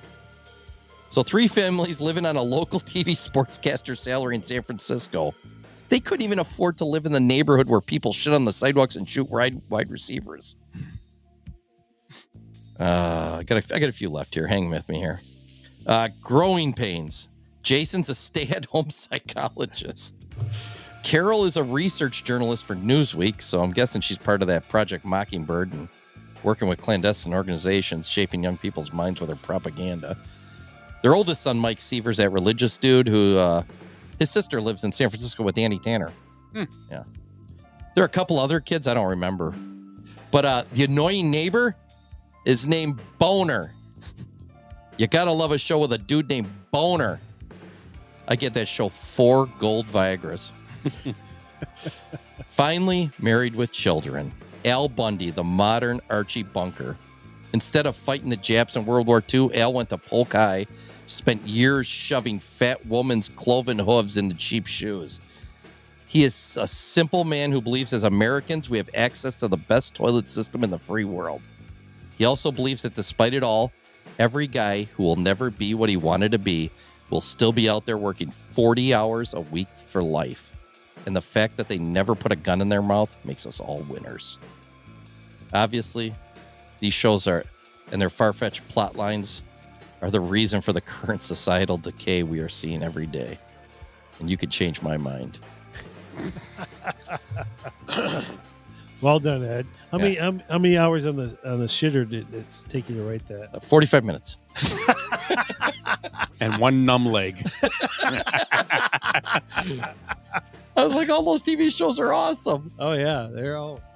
I mean, think about all these TV sitcoms. Just how random, family weird sitcoms. shit in them. Like, you forgot the Addams Family. Yeah, I didn't go back that far. And the Munsters. That was more realistic, probably, than half. If you start looking at them, they all have like weird these jobs they have and stuff. Dick are Van Dyke ridiculous. Show. You know? You can't say that anymore. You just said Van. What else we got going tonight? Willie, you said you had what'd you have? I got a little thing here. It's called Giggity. little thing here called Cut, Trade, or Stay. Okay. All right. Was it Stefan Diggs? I want to fuck him. After the pink powder. Okay. Oh shit. Cut, Trade, or Stay. NFL. Kirk Cousins. Kirk. So what's cut? Cut, trade, or stay. Where from his situation now? Right now. Current situation. What's going to happen, you think?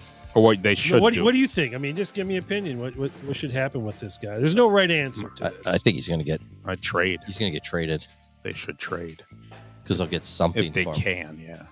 I don't think they can cut him. It doesn't really make a difference if they cut him. Yeah, because I mean, it's going to cost him a lot of money. Yeah, but who knows if someone will trade with the money he's owed, I guess. How much of what Atlanta have to pay. Right? Yeah, I don't know how that works. Yeah, I think there's going to be that'll be a trade. I think Right? Okay. somehow. And that's who I'm. If Pittsburgh can fit it in, that's why I'm doing. If I'm Pittsburgh, I agree. that's what I'm doing. Yep. You take him over Rodgers. Yeah. Yeah. sure. Oh yeah. Rogers 53 years old or something. Yeah, that's what I would do. But if he's not money, if you can't work the money, then I would do Rodgers. If the money don't work and they want too much and blah blah blah, then I'm gonna go with Rodgers. Yeah. 5 years ago, you go with Rogers. Right now, you go with Kirk Cousins. All right, number 2. Tyreek Hill. $30 million a year, right? Something like that. What's the choices? Cut, trade, or stay. Yeah, he's going to get cut. They can't, but Yeah, trade him. they're not going to get. There's no way they're going to. Yeah, no, he's going to trade for that because it's one. He's at $30 million. He's due this year, right? I believe so. Yeah, it's too Yeah. much. It's even. I mean, at least a quarterback. You're getting $50 million. I guess he could get traded and restructured with someone else, but I think he's going to get cut. I think he's going to get cut as well. Yeah. Where's he go? After that, probably back to Kansas City. Think so? Maybe if The Kansas City Raiders, maybe KC or one of those shit AFC teams. or Buffalo. Ooh. Oh, New England might have a new spot open. Does he know how to drive a boat? He does well on docks. Yeah. What's with these wide receivers and boats? Oh my God. Will Levis. Cut. Who's trading for him?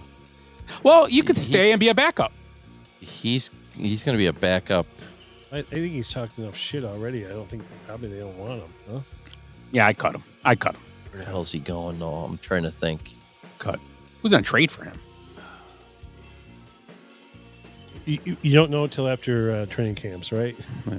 He's going to go be Injury. he's going to be a backup for somebody good. Yeah, I'm cutting him. Yeah, I mean he's probably getting cut, but yeah, he's going to end up as a backup for I bet like a top line quarterback, and he's going to get paid $1 million or $2 million, whatever it is. Cutting him. Cutting him? Yeah. All right. Yeah, you have to. You mentioned him earlier, Jair Alexander. Yeah, he's going to get. They're going to restructure his contract. Nobody wants him, and he's too injury. I mean, he's great when he's on the field, but he's a nut. He could take coin tosses. Yeah, I was gonna say. No, I think he's going to get restructured because nobody wants to give up anything for him, and the Packers don't want to pay him the full amount, and he still probably wants to stay there. So I think it's going to work out. With just a few weeks ago, it wasn't happening. Right. He was going, but now I think he'll just restructure. Yeah, I don't. And they need a cornerback. I mean, their cornerbacks are all right, but they're not without him there. Yeah, it'll be a trade or stay. It won't be a cut, I don't think. Jalen Ramsey. Trade. Who's he with right now? Miami. They save like $10 million if they trade him or something. I think he was the biggest pass rusher that Miami had last year on that defense. He's a quarterback. That's going to be if they can, that's going to be a trade or a cut. I think they're way the trade thing. It was quite a bit of money. It was like 10 or 17 million they save on the cap. Yeah. So it's going to be a trade. They're going to take nothing back essentially in return, except the savings. So that's my guess. There's no right answers. We don't know right now, anyways. James Cook, the Bills. He's going to stay. He's going to stay. Yeah, I think they have. I tell you what, Josh Allen's he needs to stay. Mm-hmm. You know, the guy just got back from his honeymoon or still on his honeymoon or whatever. Yeah, where'd he go? He was somewhere like the Greek Isles or something? Or? He just got married. So Married I don't know to if Haley Steinfeld. Yeah, Steinfeld. Yeah. Right, Germany. They went back to the homeland. What do you think, Cole Kmet? He's staying. See? Yeah, he ain't going. Okay. That's a great problem to have. Right? Yeah. Two good tight ends. He was part of OTA, so. Yeah, he's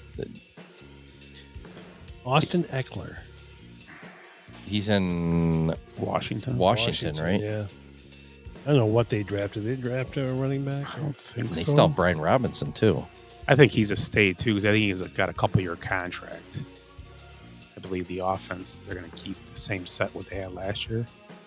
Because they added Trent Williams and they added Debo. The running backs don't really matter there with Jaden Daniels. I mean, Brian Robinson had a good year. Yeah, he's all right. Good guy to have on your team, but I mean, he's not going to put up fantasy numbers for you. I thought they might have added a back. Now you said that, though. I think they did too. Now you said... I know Antonio Gibson's in... Where's he at? In Buffalo? No. Did he go to New England? No. Yeah, he's in New England. You're right. And they added a back too, so he's going to be gone. Is he on your list? Yeah, Antonio. Oh, sorry. Yeah. No, it's fine. No, yeah, he's gonna get some cut. guys on here. Some I'm not going with all of them, but Antonio will get cut because they just drafted a running back, and Ramondre Stevenson's just got a contract. They drafted a back late.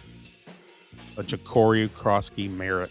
New England? Yeah. The Redskins. Redskins, okay. Yeah, New England drafted one pretty early. So, yeah, I don't know. Last one here. Taysom Hill. Taysom Hill. Was he in the last year of his contract type thing, or has he got... I think he might be a cut because of their cap problem. He's going to be a cap cut. Yeah, yep, I mean, exactly right. They don't... So do you think they don't need... He's a desirable guy, you think? Somebody will pick him up, but they're not going to trade for him. Yeah. Not with that... Yeah. He's got a larger contract too, doesn't he? Yeah, he got a big deal. Yeah, because he can run. He can be your backup quarterback. He was one of their bigger contracts for a while. Yeah, he was like top 5 on that team.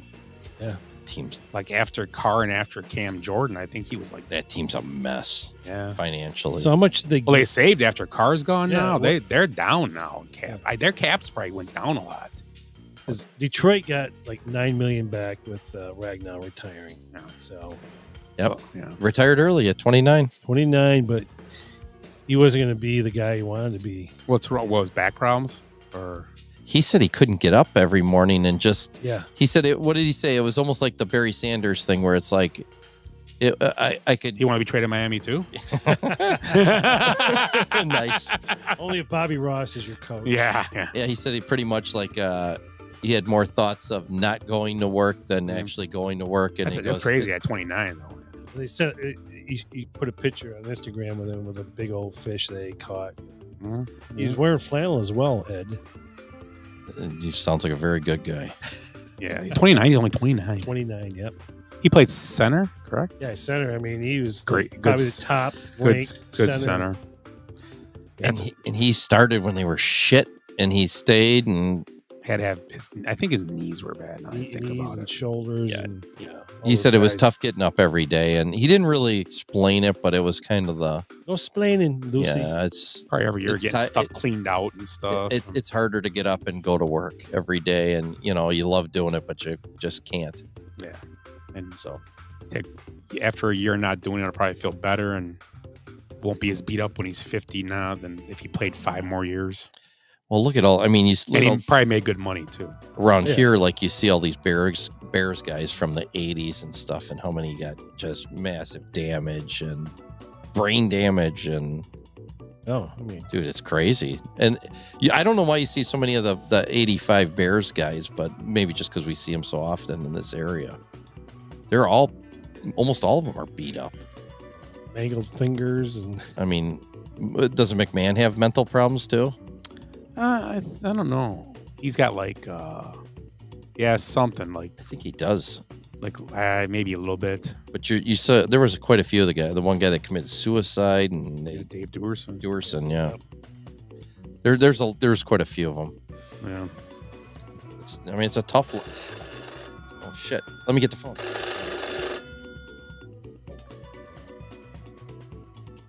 Hello, Basement Benchwarmers podcast. It's Rick calling from DC. Is this your one phone call? You decided to call us? Where's the cup with the money in it? How much you need? I think somebody took our money. There's only $20 in here. Rick, settle down. Listen to me. We only have $20 in the kitty right now. Yeah, you're just gonna have to stay the night there in jail. He was sad.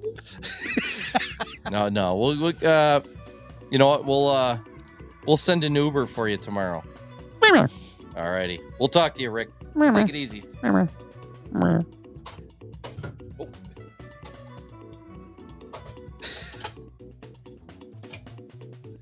They record all those calls. Wow.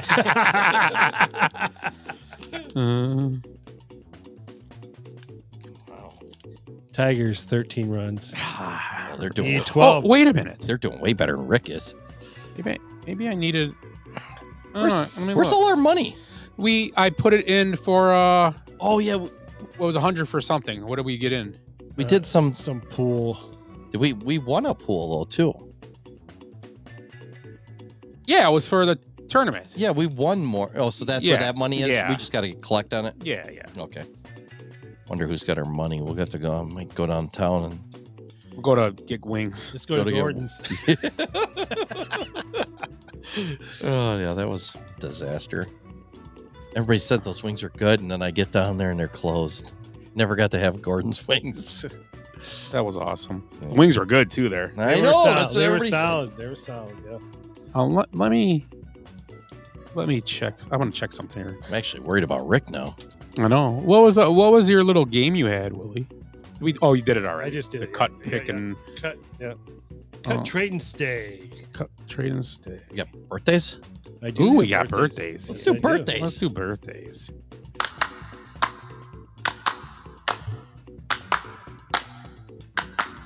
Today is your birthday. Today is your birthday. Today is your birthday. Today is the day.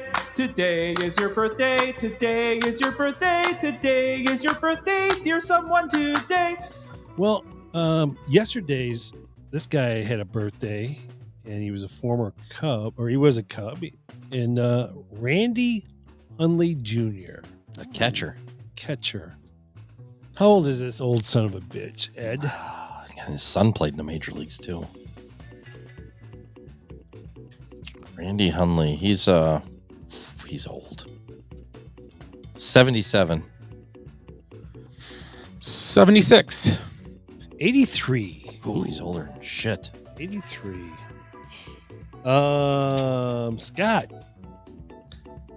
His birthday is on the 3rd. Otto Porter Jr. I want to say he's 23. 24. 32. Ugh. Way off. I was going way older. I have no idea who he is. So. I was thinking the 3rd.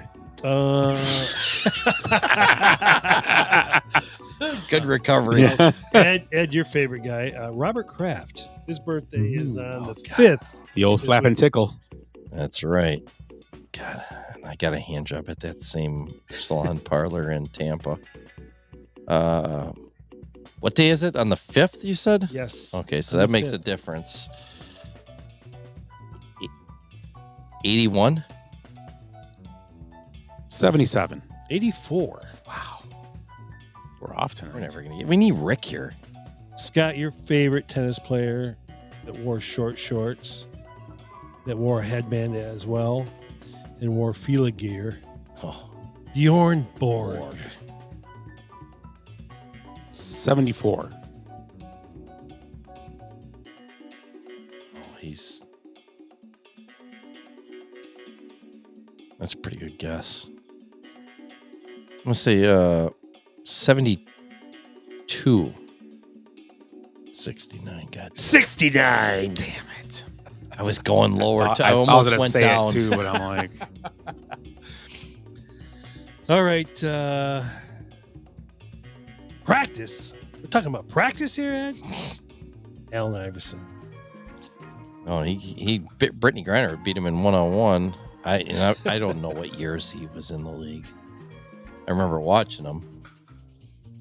He's the only guy that crossed over Jordan and made him look bad, which was pretty great. Broke his ankles. Yeah, it was pretty great. So Jordan's what, 62? I think 62, something like that. Say Iverson's 54. That's a good guess. Yeah, because I'm trying to think when he played in the finals at one time, but he was fairly young. Well, he played the Bucks that one year. He beat them. I don't know. I was 40. 30. I'm going to say he's... Oh, you said, what'd you say? 54. I'm going to say he's 52. 50. Oh, yeah, I was, yeah. Mine was a wild guess, but Scott. he's a big bowler too. Really? Wasn't that where he got like kicked out of school and everything, and then John Thompson come in? Was that a bowling alley or something? He got that in that right? brawl, yeah. Who else was a good bowler? Mookie Betts. Yeah, He was a real good bowler. Yeah. Anybody with a name like Mookie? Oh, Chris Naked. Paul. Yeah, Chris Paul too, yeah. Yeah, he's a good bowler. as well. Naked John. John, yeah. Oh, speaking of that, I'm driving through Parks or Pets yesterday. Nice day, or whatever. We just go. I think we were up on the north side for something, whatever it was. There is like kids' birthday parties going on there. There's 2 graduation parties going on. There's like a kindergarten graduation. The girls they had the what do they call it? Cap and gown. Yeah, the cap and gown on her and everything. And then there's a guy with just a marble bag laying in the grass near the road. And I go by, I'm like, you gotta be fucking kidding me. And if I'm a woman, this guy's probably going, oh, look at that. She can see my big honker, If I'm a woman, I look at that guy and I go, well, he doesn't have any money because he lives in an apartment without a lawn. He's got no place to lay out except in a park. You said marble bag. That's the best part of the whole thing. He's out trolling that. Yeah. It's like, what is that? A Crown Royal between your legs, or what is that? Just the guy in his marble bag. And it was just black. It was just like a European bikini thing. Russian. It's the old gym class Paris swimsuit, right? I'm like, this girl, mommy, am I going to go to first grade? And this guy's over there, scratching his balls. I was like, what the hell? What a dork. All right, Scott, your favorite Russian tennis player of all time, Anna Kournikova. My favorite as well. And Sergei Fedorov's. 44. Yeah, she was a little younger. God, she was nice back in the day. I ruined a few tube socks thinking about that. Oh, all right. We only got pictures. That's all we had back then. Mm-hmm. I'm gonna look her up in a little bit. Ed, your favorite singer from Wales, Tom Jones. Oh, well, it's not unusual. What's new, pussycat? Whoa. Tom Jones, dude, he's the best in movies. He's got a pretty big. Now, if he was laying out there, there'd be cars like hit the tip because he was huge. Look at that flagpole. Yeah. Mommy, that turtle's getting close to the road. It's not a turtle, it's a snake. Let's go mushroom picking. Oh my God. Tom Jones, he's an old man. That's where the elves live.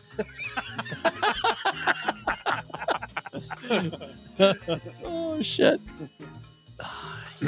I'm going to say 87. I was going to say 85. Oh, you're on fire now. He's good on the Jerky Boys movie, too, where he's up there. I've never seen that movie. The mob goes, oh, we got tickets for Tom Jones. Scott, Bill Hader. Oh. That's the guy from Not Bad Bosses. What other movies is he in? He's in a bunch of stuff. I know he's Saturday Night Live. Oh, he was one of the cops in Superbad. Yeah. Yep, yeah. I'm going to say he's 42. He's older than that. I'm going to say 46. 47. Ooh, good guess. I was going to go higher, too, but I was confused. Because he was a late comic, I bet, yeah. too. Like Saturday Night Live, he was late on. He's great with voices. Yeah. You ever see those clips where he's doing all the voices? My favorite is that one where he does that skit where the guy's like, "Why you seem like you're happy about it?" I'm not. No, yeah. Yeah. That's the best. It is one. pretty good. Yeah. And he does that. The voice of that one guy used to be on those Friday news shows, Friday night shows. Yeah, that yeah, I know what you're talking about. Morton exactly. Downey Jr. No. Oh God. That old I know what you're talking about exactly. He had like a funky haircut. Yeah. Oh man, what's his name? I don't know. Somebody help us. Yeah. I want to see that though now. I'll pull him up here. Pull him up. Scoot around. Scott, Morgan Freeman. I just heard his name. I just heard his name in my head with his voice. Morgan Freeman, he's old. I'm gonna say he's 87. 88. Ooh, good call. Hey, good. Now we're getting we're hitting some. Now we're cooking gasoline. Yep. I don't know if you remember this young lady. She married Clint Black, and she was in Knots Landing. Mm-hmm. Yeah, what was her name? Lisa Hartman. Yep, the blonde chick. Yep. It's Ed's turn, I believe. Oh, she's older than us, so Knots Landing. I don't think she's that old. She was in that movie Where the Boys Are as well. And you ruined a couple of socks on that 64? She was a fox. She was. I'm gonna say she's 62. 69. Wow, she's that old. Yeah. I didn't think she was that old. Wow. That's my goal now. That's on my bucket list. Hit a girl that's 69. Smash it. I don't think you could say smash a 69-year-old, though. That's really big because you could throw her hip out. I think she's 16 years older than me. Wow. Speaking of hot Yeah, we used to spank it to them, and it's like she was an old lady. It's like Marky Post. Like, oh, come on. Fun watching Night Court. Joan Collins. Victoria Principal. Betty White. Yeah, it's like, dude, they were like... That Betty White. They were like... we're like 13, and they were like 30. Barbara Bush. that Betty White is a really Come on, big breast, Babs. isn't she? Come on, Babs. You have to ask Alan Ludden. Oh, jeez. So speaking of hot blonde comedians, as Scott was talking about before, Amy Schumer. She's a chub now. Isn't she? She's a tough age one, too, because she's got the young-looking face, I don't know though. how young she was when she started. I don't think she's that old, though. I'm going to say she's 40. I'm going to say 45. 44. Ed, you were speaking of this guy. I don't know whose turn is it. Scott's, I believe, right? No, it's mine. No, I was Sure. first. Yeah. Okay. So right up your alley here. Jerry Mathers. As the Beaver. That's right. Holy cow, that's a long time ago. So he was 1958 when the show started. He was like 10. So that's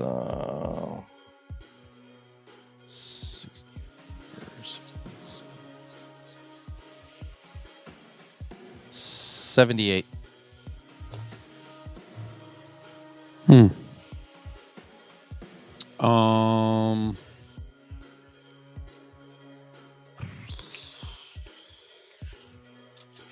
That was What? I know Wally just died not too long ago. I'm gonna say he's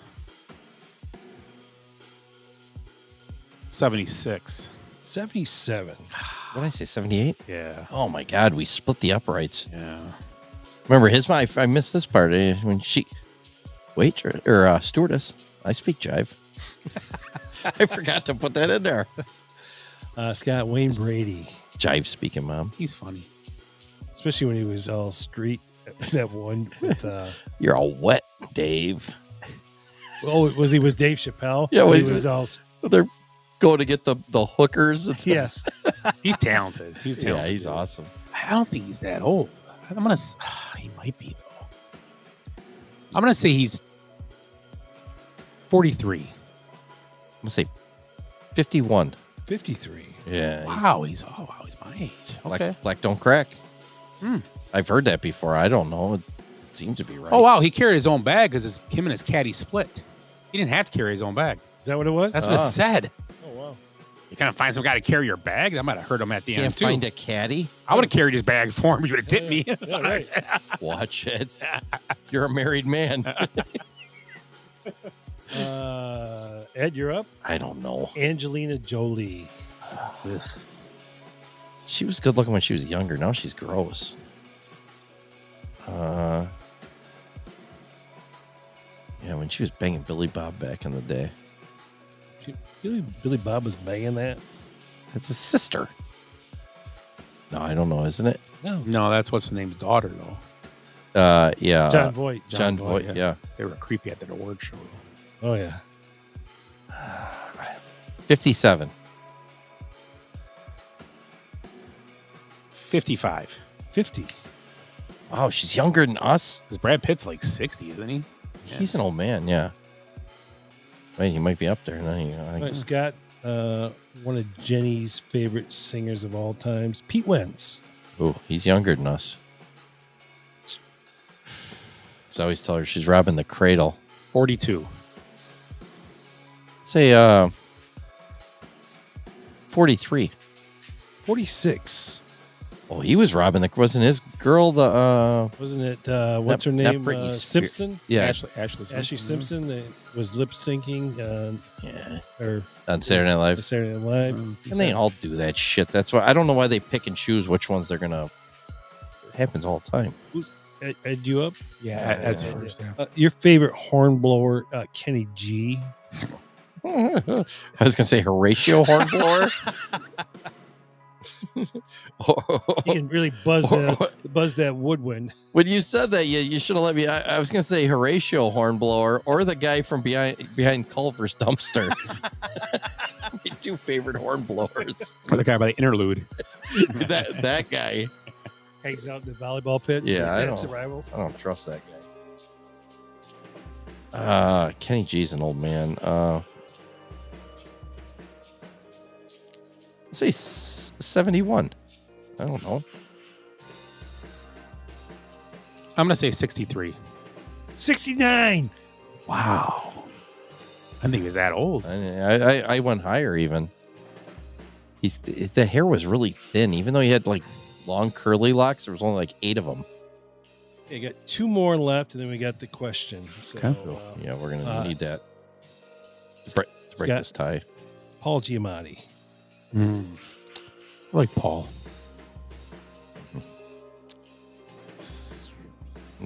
I love him in John Dies at the End. You ever seen him in that movie? No. I saw him in that one where they went the wine. Oh, I know what you're talking about. I never saw it though. It's good. 66. He ain't that old. He's 60. 58. Yeah. Wow. Younger than I thought. I was closer. Getting there. Who's up, Ed? Yep. Yeah, probably. Horatio Sands. How many Horatios are there? Horatio Hornblower Sands. Horatio Sands. I don't know who the Saturday Night Live. The guy that can never keep a straight face when he was the guy in the Italian skit. Yeah, that one. Yeah, he's that guy. What do you keep saying? I'm busting beans. That guy. It's him. That's him. Why do you keep saying that? Forget about it. I'm busting beans. That's the funniest thing ever. Wasn't he in Cowbell too? Was he in that one? Oh yeah, he was in Cowbell, and he was in that one where they played that Christmas song where they're all like playing. He's gonna turn around. They're all the same sweaters. Yeah, and, yeah. You know what other one he's good in? The Debbie Downer with oh yeah, when they're at Walt Disney World. Oh, yeah. Oh my God, he can't hold it together at all. Yeah, Horatio Sands 55.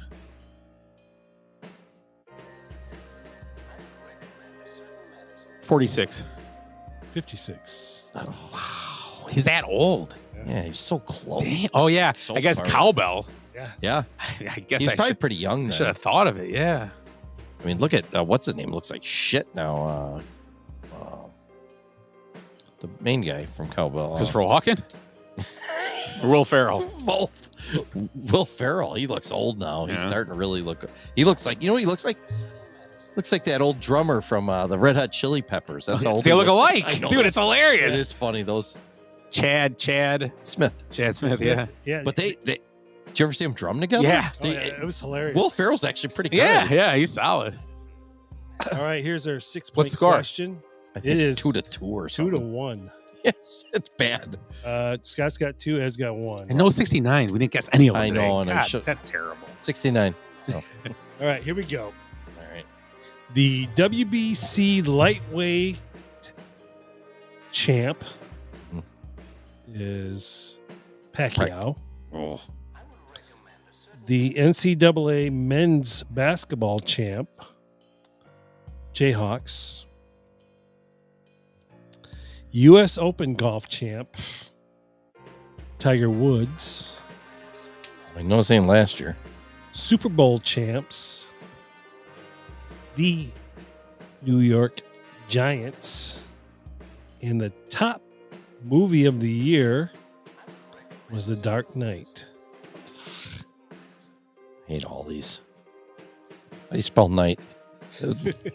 As in Christopher? Yeah, okay. When it's time to change, got to rearrange. Oh my God.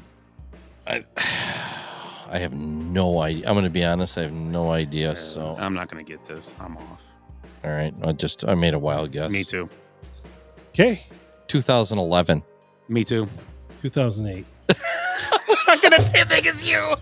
Jinx! Did you see me and Timmy on the thing? We jinxed twice in a row. Yeah. I did 11 too. That was weird. God, I couldn't So think. the winner of tonight's game Scott? is Scott Cavelli. Hey. Oh, let me mark loser. It was sad. Secret word was the winner. So let's talk about real quick about baseball. Talk about the Brewers on a streak right now. 8 in a row now. 8 in a row. Cubs 8 out of the last 10, I think. I believe. Yeah, 14 out of 18. Yeah. So hot baseball going on, and it's crazy. Cubs doing well, and they're only 3 games ahead of the Cardinals and 4 against on the 3.5 on the Brewers now. We do have our first 40-game winner. Tigers won tonight. Tigers. Los Tigres. 40-21 at a scorching. They only beat the White Sox by 12. Anybody can do that. We could. Scorching Pat Cole can do 656 average. Guardians are 6.5. Twins are 7.5. Royals are 8.5, and the White Sox are 21.5 behind. Oof. Yeah, White Sox team ain't getting any better. Yeah. So yeah, do you think out of that division, the Central, do you think all 3 of those teams make the playoffs, or who do you think doesn't make the playoffs? Who are we talking about? Cubs, Cardinals, Brewers? Cardinals, Brewers. Who do you think falls away? Do you think 2 of them fall away? Do you think only one team makes it? I know it's only How many teams go? How many teams make it now? I think Is it 6? 6. I could be. No, it's got to be 8. Well, they got the 2. Yeah, you're right. They got It's that 2 1-game play-in thing, I think. And Or is it 4? No, or is it 4? let me look, because they might have this stupid thing already talking about the playoffs already on. Playoffs. Yeah, I don't even know how many going in baseball anymore. Oh wait, here's wild card. So the hottest, 3 wild card teams. So 1, 2, 3. So 6 teams make it. The winners and 3 teams. So right now, it would be the division leaders. So it would be the Cubs, Mets, and Dodgers, and the wild cards would be the Phillies, Padres, Cardinals, Giants, Brewers, all tied.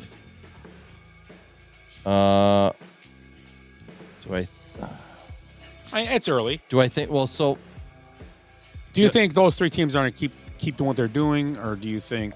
I'll play it safe. Say 2 out of 3 make it. Okay. I mean, you got somebody's got to knock out the Phillies or the Padres. If 2 of and the Giants. Ugh, I don't see that happen. The Brewers are scoring a lot of runs though. I mean, their run differential is only 19 after. We're at what 60 games now, 61 games. Mm-hmm. They've only outscored their opponents by 19 runs so far. Okay. Which isn't a lot. The Padres only by 16 and the Phillies only by 22. Cubs 97. That's pretty good. It's second. The only one more is the Yankees. Oh, the Cubs are the second best team. Yeah. And, and the Dodgers are up there too. I mean, the Tigers. Tigers 98. Yeah, Tiger. Well, now the Tigers Tigers are tied for first now. Yeah. For the most run differential. Run differential with the Yankees. Yep. Yep. And the Cubs are one behind the 2 of them. The Cubs had a terrible homestand of runs too. Yeah. They've only averaged like 3 runs a game. That'll happen. Oh, yeah. But they won. That's the key. And the ball doesn't carry at Wrigley. They won those games. The wind was blowing in and it was cold too. Well, they were running. On the. I mean, Pete Crow was getting stolen bases and. So the Mets, the Cubs, and the Brewers are both 8-2 in their last 10 games. Okay. And the American League, Yankees are 7-3, Rays are 7-3, Tigers 7-3, and the Astros are 7-3. So those are your hot teams. I mean, and here's what's going to happen with the Brewers in July. They got to play the Mets, Dodgers, Mariners, and Cubs. Those are all first place teams, pretty much. It's going to be. I mean, that's what will decide. The Cubs had that schedule in April. Yeah, they had it already. And then August is a little tough. Let's see what September. Not too bad. Yeah. But yeah, the Cubs had a tough schedule. Cubs have a really easy schedule in the year. Yeah, it's got to keep healthy overall. Yeah, I mean, they ain't got many pitchers left, so they can't go too many more deep. And you know they're going to trade. They're going to have to trade for a pitcher. They're going to do something at the trade deadline. Yeah, they have to. Yeah, they don't have a choice, I don't think. They're going to have to make some kind of Tucker decision here eventually. And their bullpen's actually settled down now. They got rid of Merriweather, who was one of their, that was one of the guys that was untouchable to start the year, and they already cut him. Yeah, and the bullpen's gotten better. Palencia. I think since May, their bullpen has the best ERA in baseball. Yeah.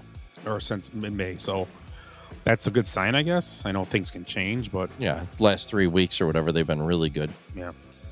Porter Hodge will be back eventually here. Yeah. Presley's not been well. And I don't think, and they really thought he was going to be the guy. I really don't think they believe that. Presley? Yeah, they just had to take, they needed a guy. I think I like what they're doing with him now, just using him as a hold guy or putting him in spots that he can succeed. Yeah, because when Porter comes back, and now was in Ryan Brazier. He was in last night. He's been pretty tough. If Palencia can keep throwing that if he can throw strikes, that fastball up in the upper part of the zone, it's unhittable. Yeah, you just can't let that thing float to the bottom of the zone or whatever. No, because even at 100, it's like I said, hittable. the Farnsworth 2.0, you can't let it happen. No, he's already better than Farnsworth. You can see it because he keeps that ball at the top of the zone. And you can't hit a fast. You can't get your and like I hands said, up. the only game he had a problem with, I believe Tucker should have caught that ball. I think he just kind of got surprised by the way. I think it looked like it was hit better than I think Tucker thought it was. Yeah. I'm gonna get it's going, and he kind of was like, oh shit, and it just got away from him. Well, I know you were mad because you posted right away. I'm like, Tucker blew that fucking play. And of course, 2 straight hits. Yeah, of course. But what are you gonna do? So but he's been really solid. I mean, the Brewers bullpen's on. The Brewers are winning with what's their pitching staff right now? I don't even know. Well, what's his name came back? Well, Ashby's back. Not Burns. Savali pitched today. Pitched really good. Who's the other big pitcher they had? He's back. A couple years ago. Yeah, Woodruff. Woodruff's back, which is huge for them. He ain't back yet. He ain't on the roster. Oh, I thought he came back. No. Okay. He's supposed to be back. He'll be back soon. I mean, Peralta's good, obviously. Mm-hmm. McGill's been good. Nick Mears has been pitching well in bullpen. DL Hall's back healthy, but that he's been brutal. We'll see how he's got the stuff. Who knows when he's going to actually put it together? Yeah. What division only has one team under 500? One team under 500? I'm gonna guess the Central. The AL Central. You're correct. You are correct, sir. Yeah, it's just the White Sox. Yep. Wow. Those other teams are all playing good. The Royals, I thought, would be better, but they're about 500 though, huh? Yeah, they just called up one of their big. Jack Caligliani, the first baseman. Yep. He was mashing. So the ball. they've been outscored. The Guardians have been outscored. And the Twins are actually doing pretty well, but then they got the Tigers just destroying everybody. Who's in second? Guardians. How many games are they out though? 6.5. So, wow. And the Twins are 7.5. Royals are 8.5. And they beat Detroit 3 out of 4. Guardians did? They did. They're a good team. Yeah. They're solid. They're always they got good. Detroit's number. And they dump their talent because they can't afford it other than Jose Ramirez. I mean, you got to think they should still have Lindor, and I mean, they just didn't keep him. Lindor is a top player. The other division, you got the Mariners, and the Stros are now pretty much tied for first over the Rangers. Another team that just keeps doing it. Astros? Yeah. Oh, they're good. They just keep lose guys and keep winning. Yeah, they dumped a lot of their. I mean, they dumped all their top talent. And Yordan Alvarez, I think, is out. Yeah, he's got a broken thumb or something. What has he got? Something weird. So it's nice to see Matt Shaw playing well too.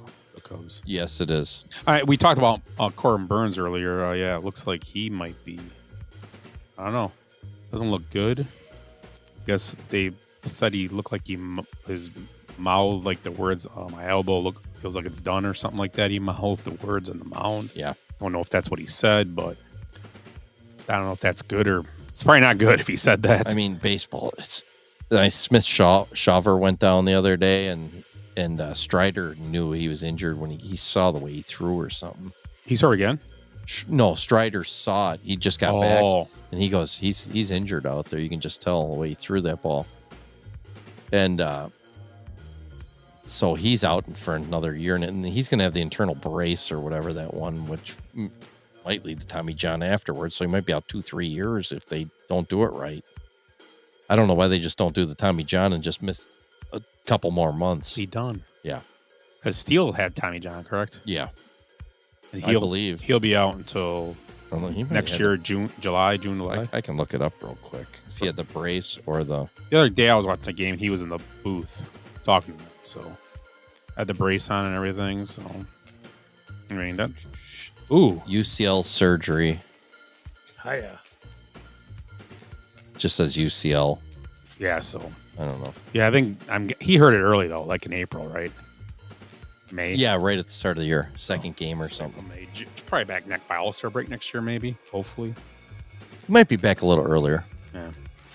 So, you see, local college baseball, the UW Whitewater Warhawks are playing for the Division III National Championship against Messiah University. Messiah, where's that out of? New York or Pennsylvania or something? Let's see here if it tells me. Whitewater seems put winning teams on the field every year for every sport. College coach Augie Schmidt was named Coach of the Year. Was he? For CCIW. And a friend of the show. Yeah, friend of the show, Clay Parker's daughter. Yep. Player of the Year. For the Angela conference. Parker. SEC. Yeah, conference player of the year. I forgot that was going to be my good, and I forgot. I did see that. Yes. And their team is moving on to regionals? Yeah, what's second? Regionals or sectionals? They won the regionals, now sectionals. Sectionals starts tomorrow night at Bullen. Oh, we should go. Yeah. You might should go on the Indian Trails it's gonna rain. game. Oh, it's supposed to storm tomorrow night. Indian Trail has their sectional tomorrow night. Last time, baseball. Yeah. I was supposed to go see Angela play. It was like 38 degrees that night, and I'm like, "There's no way I'm going out there to sit and watch, sports. Yeah. It's just too cold for me." I'll be in Indian Trail watching baseball if I want to stop. I'll be in the booth sitting there watching. So. Tomorrow, Indian Trail. Yep. 4:30. You can come up top and watch the game up there. I'll be keeping score. Or run the scoreboard. 4:30 at ITA. Mm-hmm. All right. Taxi can come out, and if it's... the other day I had to take a shortcut through there because 52nd was blocked, and you can only go to that turn. Yeah. So I'm driving. I'm like, oh shit! So I got to turn. Baseball game, track event going on. I got to drive through all that coming through there like on the wrong turn. So busy all the time. Or whatever. Dude, it's crazy. Yeah. I think I seen Jenny's on track, right? Yeah. For ITA. Yep. Yeah, she walked right in front of me. I was going to throw something at her. Then I was like, I better not. Because I already got that 500-foot thing going on with the school. You're cheating. Yeah. Messiah is out of Mechanicsburg, Pennsylvania. Huh. Yeah, a lot of D3. Wisconsin's big on the D3s. Ohio, Pennsylvania, New York, around that area. Yep. I don't know. What is Mountain Union? D3, right? D3. Yeah. Yeah, because he used to D3. play Whitewater all the time, right? Yep. Yeah, there's not as many down south. I don't know why. Division 2, a lot of Division 2 then yes, down south, yeah. Because I know, like Ferris State's their Division 2, Their basketball coach, my brother was telling me, went to coaching at Central now. The men's basketball coach went to Central Michigan. Nice. Tony Anise is still, he won national championship last year. I think it's his second or third national championship, and he's still coaching Division 3. But he lost his quarterback. His quarterback last year went to Ole Miss. Oh, wow. I was just going to say, Got some money too. How are they losing? Are they losing some players then? Oh yeah, and so this guy's constantly. So it's even affecting them. Oh yeah, Division 2, football. NIL. Maybe that's why Augie's quitting. Carthage is losing all those D1 players. He's leaving, correct? Yeah, I think this is last year. Yeah, I haven't talked to him in a while, so I don't know. It's tough. What's he gonna do now? He's been a baseball coach he's forever. He's gonna be a hitting coach somewhere. He probably will. He probably will because he's never done anything but baseball. Right. Yeah. Since he was a kid, and he was the top player in the country in college. That's right. Golden senior Spikes. year of Golden Spikes. college. Went to New Orleans. Yep.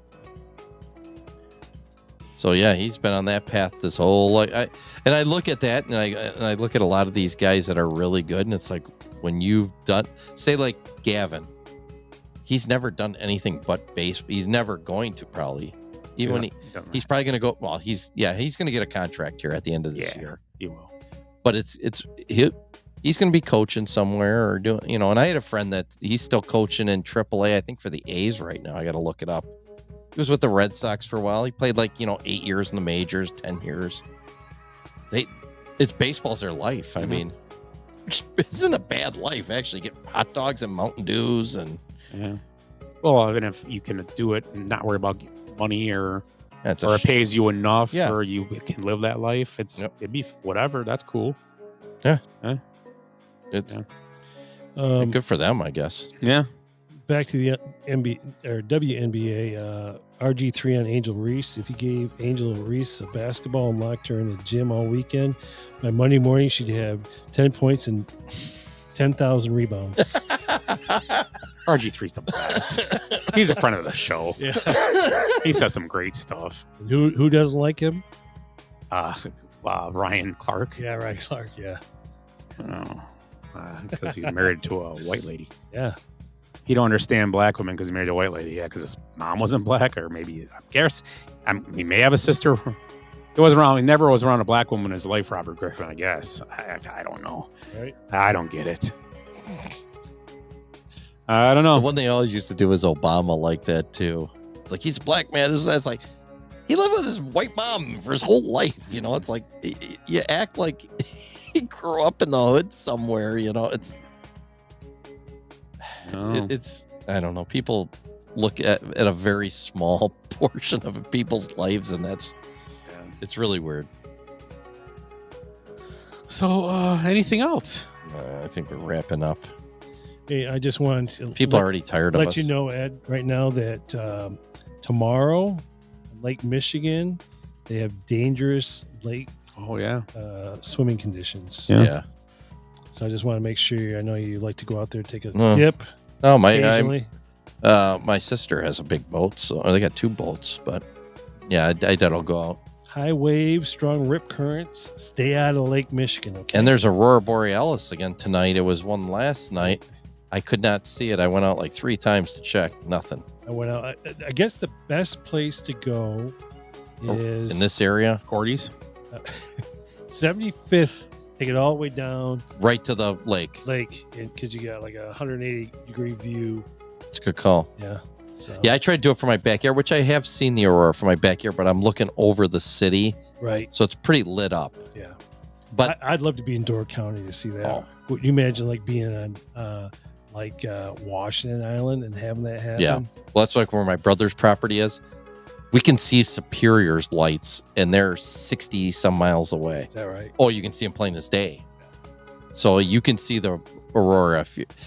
Best place I ever saw it was in the UP. We were up for a funeral, and I just happened to walk outside. Everybody was in the house, after the funeral, eating, having a few beers, and I just looked up, and the whole sky was lit up. And we went just like probably about 5 blocks away was Mount Zion Ski Hill. And we drove up there, and the whole town was coming up there because they all saw it.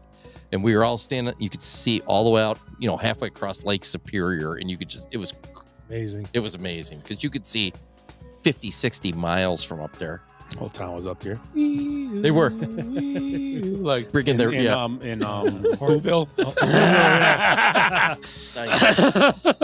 Yeah, it was pretty cool. I mean, I've seen it 20 times, but it's cool every time. Every time you see it, it's just like amazing that this happens. I agree. So. Closing thoughts, Willie? What's going on this week? Scott, you're gonna have a kid graduate, huh? Yeah, my daughter graduates Saturday. Oh, that's right. Yeah, last kid. I remember when she was born. Yeah. Yep. 18 years ago, August. So my last child to go through high school.